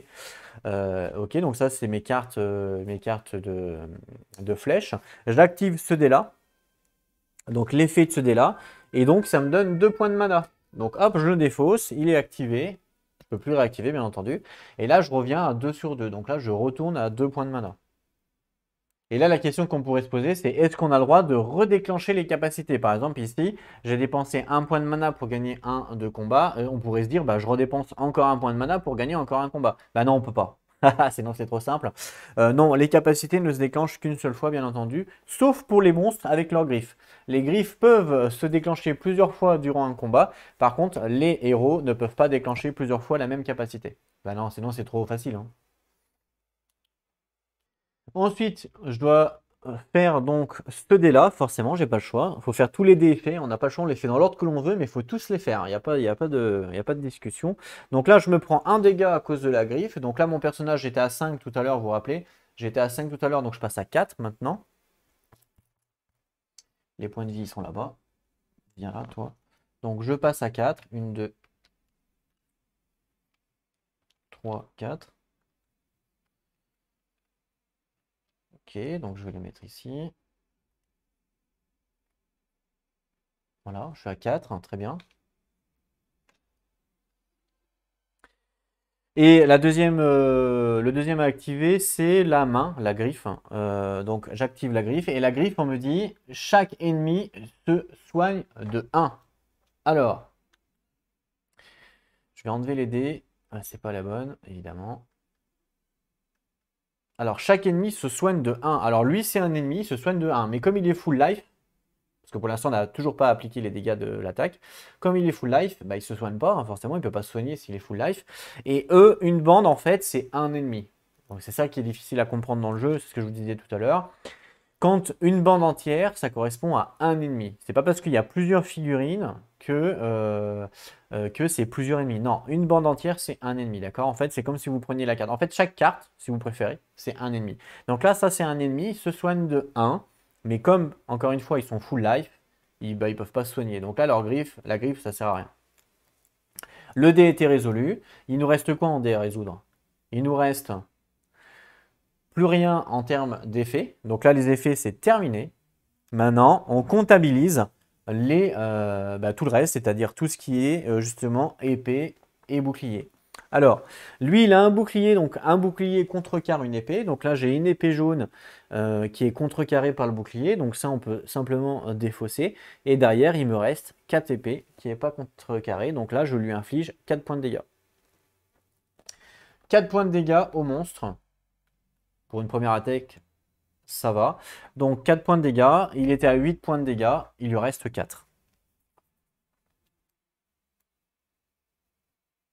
Donc 1, 2, 3, 4 que je lui mets sur sa feuille. Que je lui mets à côté là. Voilà. Il lui reste 4 points de vie. Très bien. Sachant il a du feu, hein, donc il va reprendre aussi encore une fois des dégâts. Le dé jaune, vous voyez que c'est minimum 0, maximum 2. Donc il ne meurt pas avec le feu. Ça, c'était ma deuxième action. Alors, toutes les cartes ici que j'ai utilisées pour les flèches sont défaussées. Ok. Pour l'instant, elles sont simplement défaussées pour l'instant. Je vais les mettre ici. Moi, il me reste une action. Bah, je peux refaire une action d'attaque pour essayer de le buter. Donc, je vais essayer de le faire. Sachant que déjà, mon attaque me donne plus 3 contre les monstres errants. Donc là, lui, il aura déjà plus 3 dans la tête. Donc, même chose. Hein, maintenant que vous avez compris les attaques, on reprend les dés qui correspondent. Je vous ai expliqué. Donc, je vais aller un petit peu plus vite. Donc, j'ai un dé jaune, un dé de l'ombre. Ok. Un dé noir pour lui, pour sa défense, plus 2 dés bleus. D'accord. Donc ça, c'est les dés que je lance. Mon attaque fait plus 3 contre les monstres errants, donc je me mets déjà le plus 3. Ok. Et c'est parti pour le stop, stop ou encore. Je reprends mon deck ici. Alors ça, je ne les remets pas dedans, hein. Donc première carte, 2 flèches, je continue. Une flèche, je continue. 2 flèches. Donc là, je suis à 5. 5 sur 7, je décide d'arrêter. Donc je décide d'arrêter. Alors j'ai quoi? Donc là, on se retrouve toujours sur le milieu. Ok. Donc j'ai le droit à un reroll sur mon lancer. Ah, il y a un autre symbole. Je sais pas, je connais pas la différence. Quelle est la différence? Bonne question. D'accord, j'ai la réponse. Donc en fait, il y a une petite différence. Ce symbole-là, en fait, on nous indique qu'on peut relancer les dés ennemis, donc les dés noirs. Et ce symbole-là, ça indique qu'on peut relancer n'importe quel dé. Voilà, c'est ça la différence.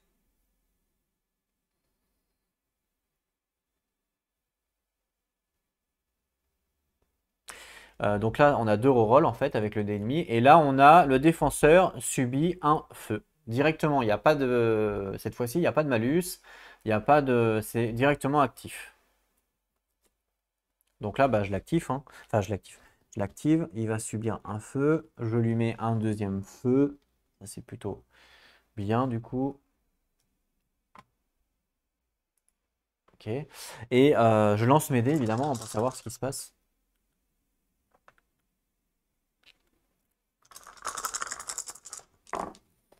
Ok, alors il y a encore une griffe, ça c'est pas cool. Alors ça, les deux là sont blancs, mais attention, je peux les relancer, hein, donc je les garde quand même, parce que j'ai des rerolls. Justement, avec mes flèches, donc ça a été utilisé. Le défenseur subit un de feu, c'est utilisé, je défausse. Ici, j'ai le droit de relancer un dé noir. Donc je vais l'utiliser, ma reroll, et je vais relancer le dé noir. Ah, quoique, attends, c'était quoi une griffe? Ah oui, c'était une griffe. Euh,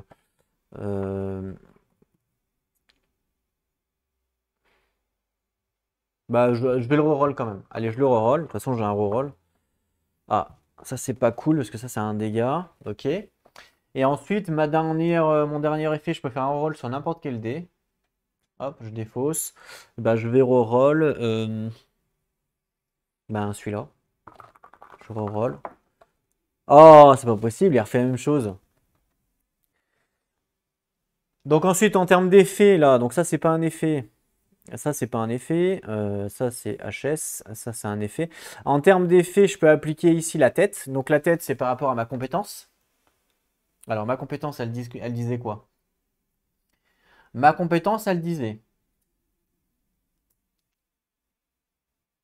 piocher et défausser une carte flèche. Vous pouvez ignorer un dé ou un effet du cassé pour chaque flèche révélée de la sorte. D'accord. Piocher et défausser une carte flèche. Vous pouvez ignorer un dé ou un effet. Ah, donc ça, c'est en plus alors? Non? C'est en plus de mes flèches à moi? Ça compte aussi, ça? C'est chaud, ça, si ça compte. Ouais, c'est chaud, ça. Ouais, ça doit compter dans le total de flèches, en fait. Donc, en fait, j'aurais dû faire cette capacité-là avant de résoudre toutes mes flèches. Donc, une, deux, trois. Voilà ce que j'avais, d'accord. Je lui enlève le feu, là. Parce que là, du coup, ça peut faire basculer mon attaque en malus. Parce que j'ai 5. Si je prends par exemple une carte à 3, ça fait 8, quoi. Donc c'est chaud. Par contre, c'est quand même assez bizarre parce que normalement, on a le droit de déclencher les effets dans l'ordre que l'on veut, hein. Donc ça me paraît chelou par rapport au deck. Oui, si je pourrais très bien activer le reroll et après activer ce dé-là. Donc c'est bizarre que ça doit compter. C'est bizarre, quoi. Ça voudrait dire que je peux faire le reroll et puis après je défausse la carte. Ouais, c'est bizarre. Enfin, c'est peut-être possible, remarque, hein. Donc, piocher, hop, je pioche une carte. Parce qu'on m'a demandé de piocher une carte. Hop, c'est 2. Donc, 2, 3, 4, 5, 6, 7. En plus, je fais un tir parfait. Mais je ne suis pas en tir parfait puisque je dois défausser une carte. Eh oui. Là, on me dit piocher. Alors, c'est ce qu'on m'a dit, hein. Piocher et défausser une carte flèche. Donc là, j'ai pioché. Maintenant, je peux défausser une carte flèche.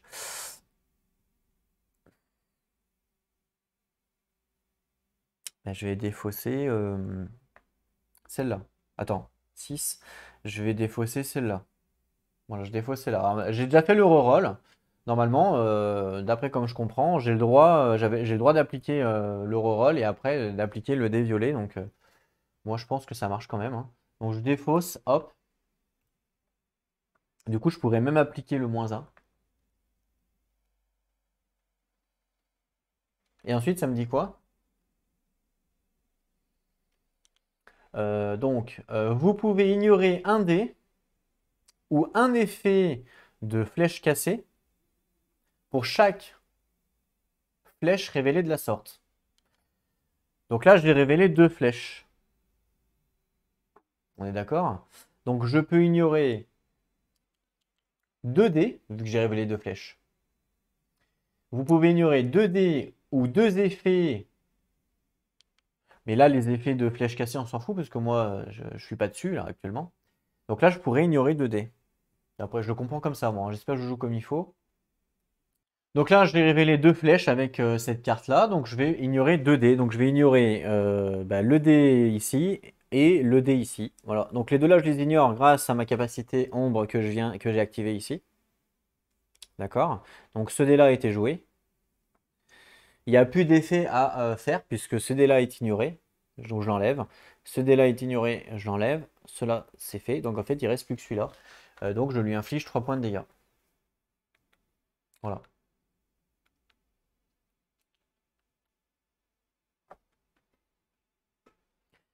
Tout simplement. Donc ma carte, je la remets là-bas. Donc en fait, ouais, il faut faire attention à pas prendre de risques. Donc ça, c'est défaussé.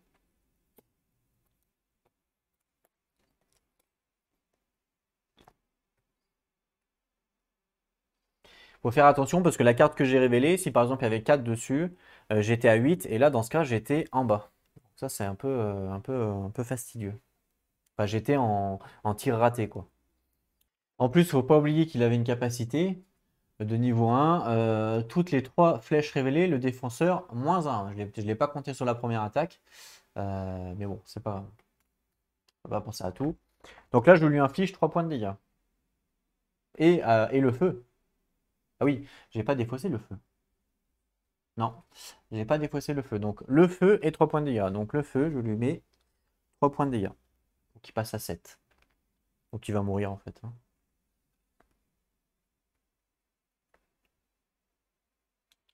Donc 5 et 2, 7. Voilà. Ok. Donc là, j'ai plus d'action avec mon rôdeur. J'ai fait les 3 actions. Donc il passe en mode terminé. Il a terminé son tour. Je lui mets un petit token pour dire qu'il a terminé son tour. Maintenant, j'active mon deuxième personnage. Donc j'ai le droit à 3 actions. Vous avez compris un petit peu le principe maintenant. Et voilà, ça se passe comme ça. On va pouvoir aller un petit peu plus vite. Donc il a 3 actions. Alors par contre, lui, il a une capacité, attention. Une capacité qui nous dit qu'au début de son tour, donc ça, il faut toujours y penser, hein, pareil. Au début de votre tour, lancez un dé noir. Et si vous obtenez des mains, on gagne des âmes. Donc ça, il faut y penser également. Donc là, je lance un dé noir au début de mon tour.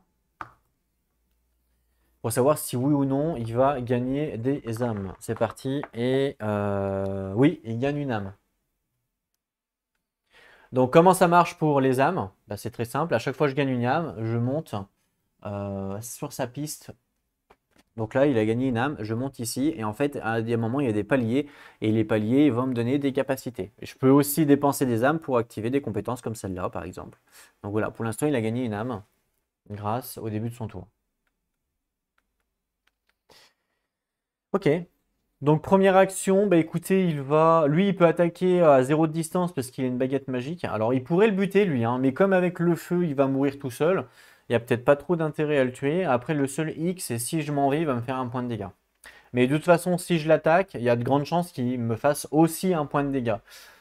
Donc tant qu'à faire, autant que je perde pas mon temps à essayer de l'attaquer parce qu'on sait qu'il va mourir dans tous les cas. Parce qu'il lui reste un point de vie. Donc avec les 2 feux, il y a quand même de grandes chances qu'il meure, hein, clairement. Donc il n'y a pas trop d'intérêt à essayer de le buter, à perdre du temps. Donc je vais plutôt me barrer. Donc ma première action va être une action de mouvement. J'ai le droit à 2 points de mouvement. Mon premier point de mouvement va être...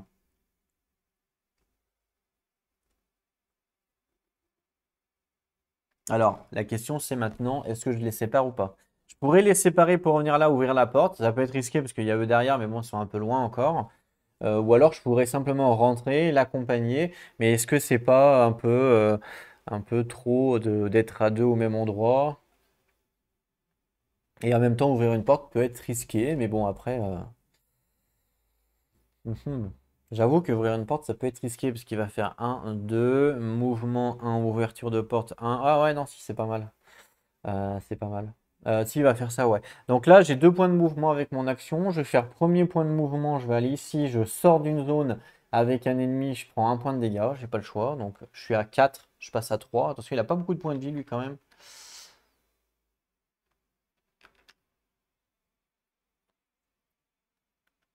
Donc je passe à 3. Mince, je me suis ouvré de caméra, désolé. Donc hop, 1, 2, 3, d'accord. 3 points de vie. Deuxième point de mouvement, je viens ici. Deuxième action, je fais un mouvement. J'ai encore 2 points de mouvement du coup. Premier point de mouvement, j'ouvre la porte. D'accord. Donc là, il me reste un point de mouvement que je vais mettre là. Donc ouverture de porte, le jeu se met en pause. La première chose à faire, comme je viens de révéler une salle, je prends une carte porte.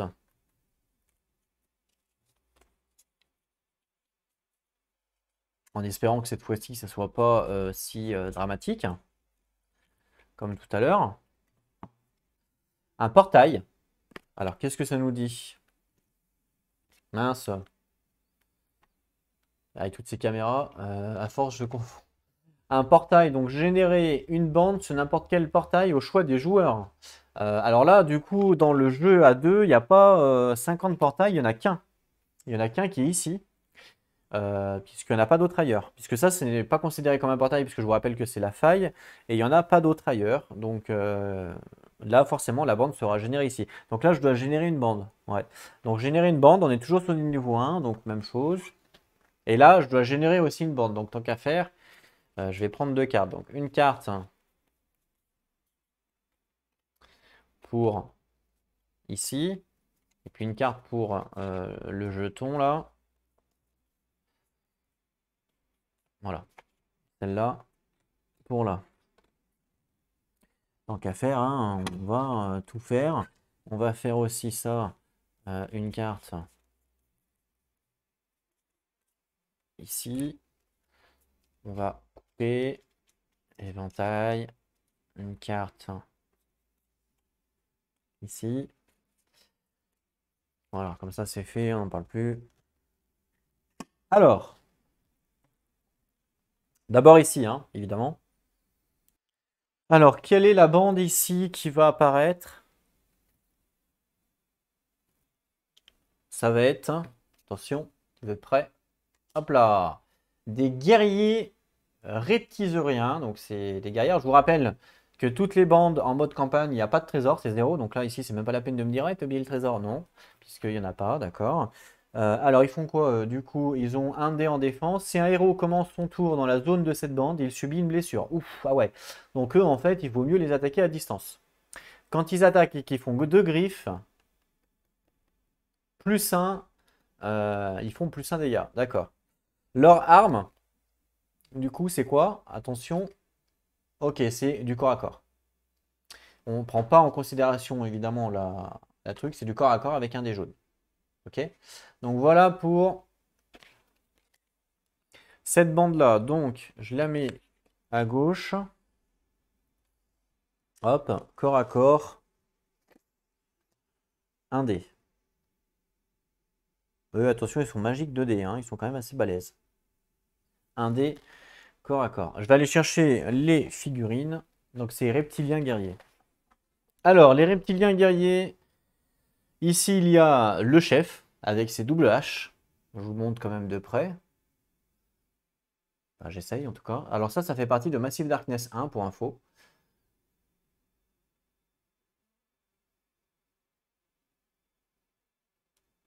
Voilà. Donc il sera ici. Avec ces 2 sbires. Donc les sbires qui sont comme ça, avec une épée et une dague dans la main. Voilà. Hop, donc ici, voilà. Donc on les a fait spawn là, il n'y a pas de problème. Et donc ça c'est bon. Et ensuite l'autre bande, c'est quoi? Des harpies. Ok, alors on enlève évidemment le pion qui est là. Bien entendu. Et on va aller chercher les harpies. Alors, je vous la montre quand même avant. Donc voici les harpies. Alors, 2 points de vie, 2 boucliers, attaque 1. Après le combat, si le héros défenseur a subi au moins une blessure, placez sa figurine sur la carte de la harpie. Tout héros sur cette carte doit dépenser une action pour être placé dans la zone des harpies. Ah, en fait, il se fait envoler.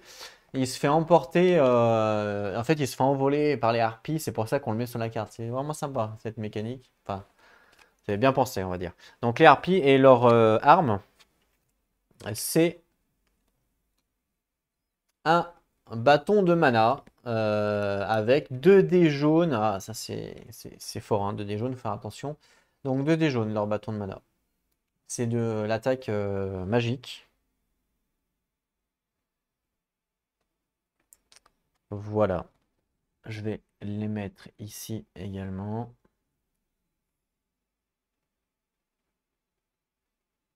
Ça fait quand même 3 bandes là, hein. Donc 3 ennemis, hein. Je vous rappelle, une bande c'est un ennemi, donc un ennemi, 2 ennemis, 3 ennemis, d'accord? C'est pas 6 comme vous pourrez le voir. Donc je vais aller chercher les harpies en termes de figurines. Alors, la chef, la voici, la chef des harpies, avec ses petites couettes. Les ailes sont quand même assez sympas, je trouve. C'est bien fait. Ok, eux par contre, ils spawnent évidemment ici, hein. Voilà. Et puis les 2 mignons, enfin les 2 mignons, les 2 sbires, les 2 séides. Ils ont pas de bras? Ah non, en fait, ils ont pas de bras, c'est des ailes qu'ils ont. Ok. Ok. Donc ils sont ici également.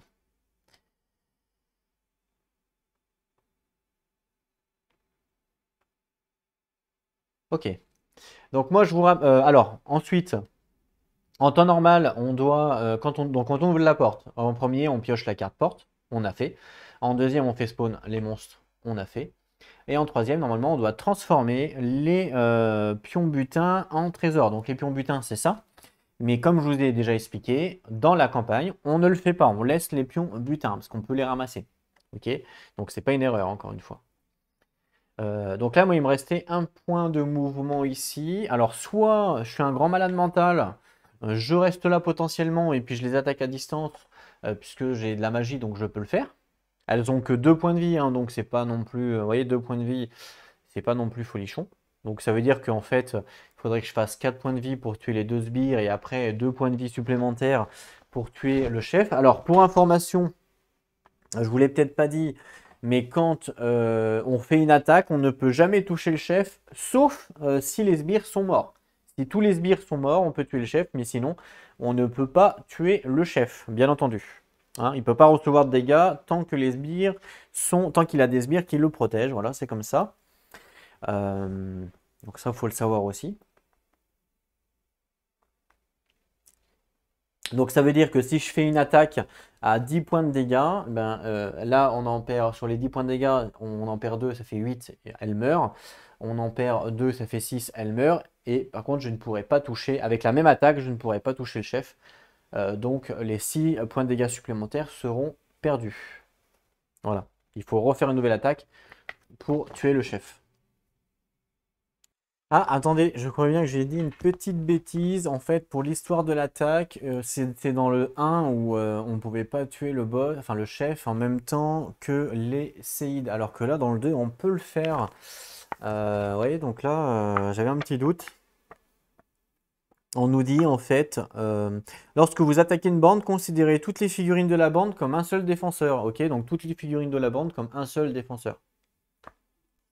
Si le résultat de l'attaque est supérieur à la santé d'un séide, éliminez-en un, puis continuez à attribuer les blessures sur le suivant. Donc ça, jusque-là, il n'y a pas de problème. Jusqu'à ce que toutes les blessures aient été attribuées. Les séides protègent toujours leur chef. Le chef ne peut subir des blessures que lorsque tous les séides ont été tués. Même si cela se produit au cours d'une seule et même attaque. Donc ça veut dire qu'en fait, on peut attribuer des blessures au boss sur la même attaque. Alors que dans le 1, on ne pouvait pas le faire. Alors je me demande pourquoi ils ont changé ça, tiens. Ça peut être aussi être modifié dans ce jeu-là si vous trouvez que le jeu est plus difficile, plus facile, bien entendu. Donc en fait, là, on peut tuer le boss sur une même attaque. Donc si par exemple je fais 10, 2, 4, il reste 6. Je peux les attribuer au chef parce qu'il n'y a plus de séide. Alors que dans le 1, on ne pouvait pas le faire. Dans le 1, il fallait refaire une nouvelle attaque. Donc on perdait encore une action. Donc voilà, c'est aussi un point de règle qui peut être modifié si jamais vous trouvez que le jeu est trop facile. Parce que là, du coup, ils l'ont autorisé, mais dans le 1, c'était pas autorisé. Donc petite confusion de ma part. Voilà, donc il faut bien faire attention à ça. On peut le faire dans le 2. Très bien. Donc là, moi, la question, c'est est-ce que du coup, j'attaque avec ma dernière action, sachant que là, il me reste un point potentiellement pour me déplacer, hein, mais là, le problème, c'est que si je me déplace ici, bah, je n'aurai pas la ligne de vue, hein, on ne peut pas avoir la ligne de vue en diagonale, c'est que orthogonalement. Donc là, c'est la question qu'on se pose, parce qu'il me reste une action, potentiellement, et si je rate mon attaque, eux, derrière, ils vont pas me louper, hein, parce que derrière, c'est à eux de jouer, hein, les cocos. Donc ça, c'est clair. Moi, en attaque, j'attaque avec un dé jaune, d'accord? Donc c'est pas non plus folichon. Après, j'ai quand même potentiellement la possibilité de dépenser un de mana pour gagner plus 1 en attaque, ok, jusque-là, pas de souci. Et c'est tout. Donc, ouais, ça risque d'être chaud, sachant que j'ai que 3 points de vie. Donc là, je pense que je vais pas prendre le risque. Je vais pas prendre le risque. On sait que les monstres, quand ils sont activés, ils jouent 2 fois. Et en fait, c'est soit ils attaquent, soit ils se déplacent. Donc eux, ils vont faire un mouvement, potentiellement. Après, s'ils finissent sur ma case, c'est pas très très grave. Et lui, ça va être un mouvement, mais il va mourir. Enfin, j'espère en tout cas. Donc là, du coup, ce que je vais faire, c'est qu'avec mon point ici, hmm, je vais avancer lui en fait. Avec mon point ici, je vais faire un mouvement ici. Voilà, terminé. Je vais refaire un mouvement. D'accord? Donc ça me donne 2 points. Premier point, j'ouvre la porte ici. D'accord? Et deuxième point,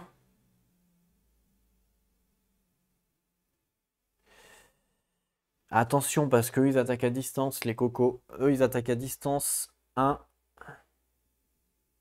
et 2. C'est bon, ils ne peuvent pas m'attaquer. Eux ils attaquent à distance aussi. Ils vont m'attaquer. Mince. Et ben faut que je rentre pour pas qu'ils m'attaquent. Et ouais, donc là je rentre ici. Et ouais, avec mon deuxième point de mouvement. Si je rentre ici, ils peuvent pas m'attaquer et je me prends pas de dégâts. Parce que le problème, c'est que si je reste là, je me fais attaquer par eux. Si je viens là, je me fais attaquer par eux. Si je viens là, je me fais attaquer par eux. Donc là, le seul moyen de ne pas prendre de dégâts, c'est de venir là. Évidemment, j'ai révélé la porte. Mais j'ai pas révélé une nouvelle salle, puisque cette salle-là était déjà révélée. Donc comme j'ai pas révélé une nouvelle salle, bien entendu, on ne tire pas de carte porte. Fin de mon tour, on passe au tour des ennemis. Alors, comment ça marche le tour des ennemis? On doit activer toutes les bandes et tous les monstres errants qu'il y a évidemment sur le plateau. Alors, on peut choisir, comme pour les personnages, c'est nous qui choisissons qui c'est qu'on active en premier. C'est nous qui choisissons si on active, qui on active en fait. Voilà, donc en fait, c'est pas compliqué, on active qui on veut. Alors attention, lui, il a une petite particularité, il a une règle.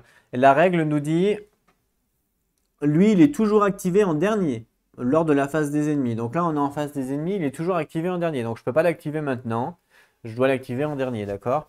Donc là, bah, écoutez, en premier, je vais activer eux. Voilà, je vais activer eux, d'accord? Donc les harpies. Alors comment ça marche une activation d'une bande? Les activations des bandes, en fait, c'est très simple. Ils essayent toujours d'attaquer les héros, tout le temps. Et si elles ne peuvent pas le faire, eh ben, elles vont essayer de se déplacer vers le héros le plus proche. Donc voilà, vous voyez que ça reste quand même assez basique et assez très simple. Donc là, on active celles-là. Elles ont 2 actions. Ok? Première action, elles doivent attaquer. Attention, avec leur arme et leur distance, tout ça. Eux, elles attaquent de magie, donc elles attaquent à 0 et adjacent. Donc à 0 et adjacent. Bon, elles peuvent attaquer personne. Donc comme elles peuvent attaquer personne, elles vont faire un mouvement. Elles veulent se déplacer en prenant le chemin le plus court pour aller voir le héros le plus proche. Donc là, il n'y a pas 50 chemins, de toute façon, il n'y en a qu'un pour aller là. Donc là, première action, elles se déplacent ici. Deuxième action, elles essayent d'attaquer. Attention, elles attaquent en magie. Donc 0 et 1. Donc ici, 0 ou ici, 1. Là, il n'y a personne. Donc elles ne peuvent pas attaquer. Comme elles ne peuvent pas attaquer, encore une fois, elles vont faire un mouvement. Elles veulent aller voir le héros le plus proche. Là, il y a un mouvement, deux mouvements, trois mouvements pour arriver ici. Et là, il y a un mouvement, deux mouvements pour arriver ici. Donc là, le héros le plus proche, c'est lui. OK? Donc leur deuxième activation, elles se déplacent pour aller en direction de lui. C'est lui le plus proche. Donc, elles viennent ici. Fin de leur activation, elles ont fait leurs deux actions. Vous voyez que ça reste très simple. On met un petit token pour dire, sur leur carte, pour dire qu'elles ont été activées. Parce que des fois, quand il y en a beaucoup, on ne sait plus vraiment qui a été activé ou pas. Ensuite, on va activer eux. On va les faire dans l'ordre.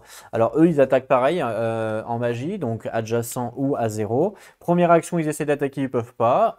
Ok, donc ils se déplacent vers le héros le plus proche. Forcément, ça sera par là-bas. Ils avancent ici. Ici, il y a un piège, mais les monstres ne prennent pas les pièges. Deuxième action, même chose, ils essaient d'attaquer, mais ils ne peuvent pas. Ils se déplacent en direction du héros le plus proche. Ok. Ils ont été activés. Donc, même chose pour les troisièmes, donc ceux-là. Ils essaient d'attaquer, mais ils ne peuvent pas. Alors, eux, c'est attaque corps à corps, donc c'est que sur la case. Donc là, ils ne peuvent pas, ils se déplacent, ils viennent ici. Ok. Et deuxième action, même chose, ils ne peuvent pas attaquer, ils se déplacent, ils viennent ici. Donc, vous voyez, ça reste l'activation des ennemis. C'est assez mécanique et c'est très simple. Ils s'activent deux fois. Ils attaquent, ils ne peuvent pas, ils se déplacent. Voilà, terminé. Et attends, il faut juste faire attention à comment ils attaquent. Est-ce qu'ils attaquent en magie, en mêlée ou à distance? C'est juste ça qu'il faut faire attention et puis c'est tout. Voilà. Et s'ils attaquent à distance, il faut qu'ils aient une ligne de vue, bien entendu. Et voilà, il n'y a pas de zone d'ombre, il n'y a pas tout ça quand ils attaquent, c'est standard. Donc là, les trois ont été activés. Maintenant, on passe au dernier ennemi, donc l'ennemi errant activé, puisque c'est le dernier là-bas. Alors, les ennemis errants, c'est un petit peu différent pour l'activation. On doit simplement suivre ce qui est indiqué sur sa carte pour pouvoir l'activer, d'accord? D'abord, lui, il a le feu. Donc, on doit résoudre le feu en premier. Forcément. Donc, dès que une bande ou une figurine est activée et qui a un pion feu dessus, on doit lancer le nombre de dés jaunes par rapport au feu qu'il y a sur sa carte. Je ne sais pas si vous la voyez. Ouais, si. Donc là, il y a deux pions feu. Hein. Donc je lance 2 dés jaunes. Alors, 2 dés jaunes.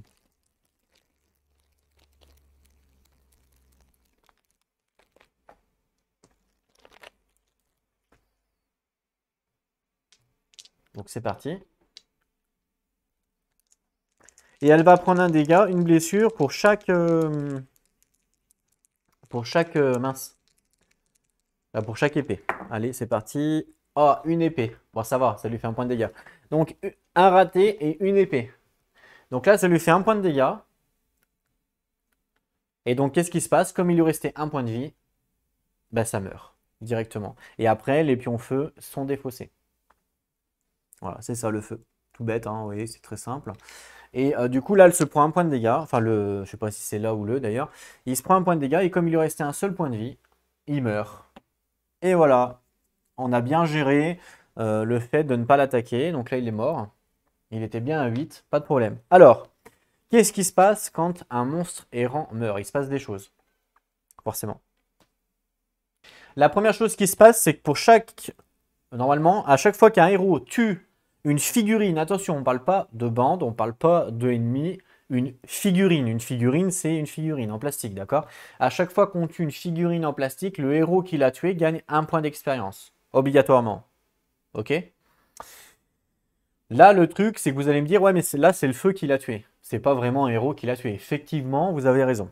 Donc, dans ce cas-là, il faut qu'on regarde dans le livre qu'est-ce qui se passe. Le livre nous dit, dans ce cas-là, c'est nous qui choisissons à qui on attribue le point d'expérience. Donc, écoutez, moi, je vais l'attribuer... je ne sais pas. Je vais l'attribuer au nécromancien. Hein, même si c'est pas lui qui a mis le feu dessus, j'ai le droit de l'attribuer au nécromancien. Donc je lui donne un point d'expérience parce qu'il a tué une figurine, même si c'est avec le feu. Donc là, je lui mets un point d'expérience, ok? Ok. Ensuite de ça, comme c'est lui qui a été défini pour dire que c'est lui qui a tué, à chaque fois qu'on tue un monstre errant, on gagne tous les héros, hein, c'est pas un seul héros, tous les héros gagnent 4 points d'expérience. Donc là, il gagne 4 points d'expérience, donc il était à 1 plus 4, ça fait 5. Donc là, il passe à 5. Et lui, même chose, il gagne 4 points d'expérience parce qu'on a tué un monstre errant. Ah, il y a un petit bug sur le... Ok, c'est bon. 4 points d'expérience. Lui, il a un de plus parce qu'il a tué, et c'est lui qui a tué la figurine, c'est moi qui lui ai dit. Donc voilà, ok, donc ça, jusque-là, tout va bien. On n'oublie pas donc que le monstre errant avait un trésor normal, commun. Il avait un trésor commun. Donc là, le nécromancien, parce que c'est à lui que j'ai dit qu'il avait tué. Donc le nécromancien récupère le point d'expérience plus toutes les récompenses. Il récupère donc le trésor commun du monstre errant. Voilà, c'est tout. Il n'y a que ça, hein, il n'y a rien d'autre. Et donc le monstre est défaussé. Maintenant, on ne peut plus le revoir dans la game. Enfin, on verra qu'il peut revenir plus tard, mais pour l'instant, c'est pas le cas. Donc là, je pioche un butin, enfin un trésor plutôt commun parmi. Donc je prends ce pion-là. On n'oublie pas que ce pion, je l'ai pris où? Je l'ai pris dans le sac. Donc ce pion, je le remets dans le sac. Dans le sac à trésor. Il n'est pas défaussé, je le remets dedans. Alors je ne sais pas si en one-shoot c'est pareil, mais le mode campagne, c'est comme ça. Enfin, je vérifie quand même, hein, avant de vous dire des bêtises. Je vais vérifier ça quand même.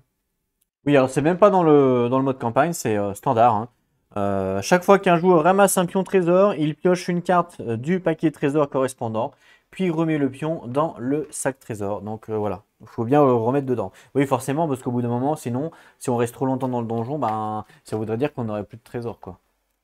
Donc c'est pour ça qu'on le remet dedans. Donc là, je l'ai bien remis dans le sac, forcément.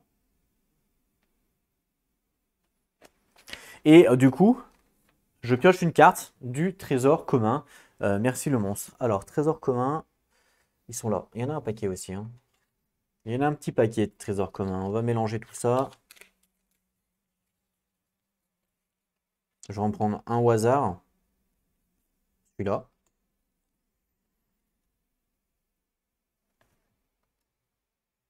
Et je sais pas du tout c'est quoi, on va le découvrir ensemble. Bon, trésor commun, faut pas s'attendre à un truc de malade, hein. C'est un casque de cuir. C'est pas mal. Ça me dit en fait que quand je suis en défense, j'ai le droit de faire un reroll du dé noir, donc du dé ennemi. C'est intéressant. Alors, quand on loot comme ça un trésor, on a le droit tout de suite de l'équiper ou de l'échanger avec un autre membre du clan dans la même case que moi. Bon, là, c'est pas le cas. De toute façon, là, je vais l'équiper. C'est un casque. Je vais directement l'équiper ici. Voilà. Pas mal, hein? Merci, le monstre. Fin de la phase des ennemis, parce que tous les ennemis ont été activés. On passe à la phase numéro 3 du jeu, qui est donc la phase de gain de niveau. Alors, dans cette phase-là, tous les héros qui peuvent gagner des niveaux doivent le faire, c'est pas optionnel.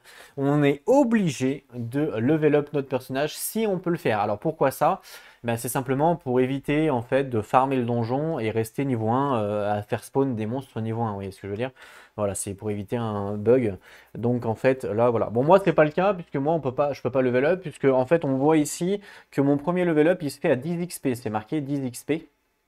Là je suis à 4 et là-bas je suis à 5. Donc je ne peux pas level up mes persos. Donc moi il se passe rien dans cette phase-là, on passe à la phase suivante. Mais dans cette phase-là, c'est à ce moment-là où vous faites les level up et vous êtes obligé de le faire si vous pouvez le faire. Ensuite, la dernière phase, on passe à la phase des ténèbres. Et cette phase-là, tout simplement, on avance sur la piste des ténèbres. Et si jamais on arrive sur un symbole, et ben, il se passe quelque chose. Donc là, j'avance. Hop, round numéro 2. Voilà, il n'y a rien, il n'y a pas de symbole qui est fait. Donc, il ne se passe rien. Et après, on recommence un nouveau round. Et voilà, vous avez compris le principe du jeu. Vous voyez, donc en fait, c'est très très simple, hein. Franchement, il n'y a pas plus simple comme jeu. Donjon crawler bien sympathique, familial, même je dirais, tellement que c'est simple. Il est même, je dirais même plus facile que Massive Darkness 1, pour info. Voilà, donc moi ce que je vais faire c'est que je vais arrêter la vidéo ici, on est à 2 heures, on a fait qu'un tour de jeu mais vous savez que quand j'explique un jeu généralement je fais souvent qu'un tour de jeu. En vrai, là, on a passé 1 heure à faire un tour de jeu parce que je vous ai expliqué, mais en vrai, en 2 minutes, le tour était fini, hein. C'est juste que je vous ai expliqué, bien entendu. À partir de la prochaine vidéo où on va finir le donjon, évidemment que ça ira beaucoup, beaucoup plus vite. Donc c'est sûr que, voilà, c'était juste... là, c'était pour bien expliquer la mécanique du jeu, comment que ça se passe. Là, en vrai, en toute honnêteté, on a pratiquement vu 95% du jeu. Après, qu'est-ce qui reste à découvrir? Bah, c'est justement les cartes, les machins, les compétences, les différentes classes. Mais sinon, mécaniquement parlant, on a pratiquement vu tout le jeu. Vous voyez, donc ça reste simple, à part les boss qu'on n'a pas vu, bien entendu. Mais sinon, voilà. Je vous remercie à tous d'avoir regardé. On se retrouve donc très bientôt pour de nouvelles aventures et surtout pour la suite de la campagne. En attendant, prenez soin de vous et n'oubliez pas, jouez à vos jeux. Allez, à plus tout le monde.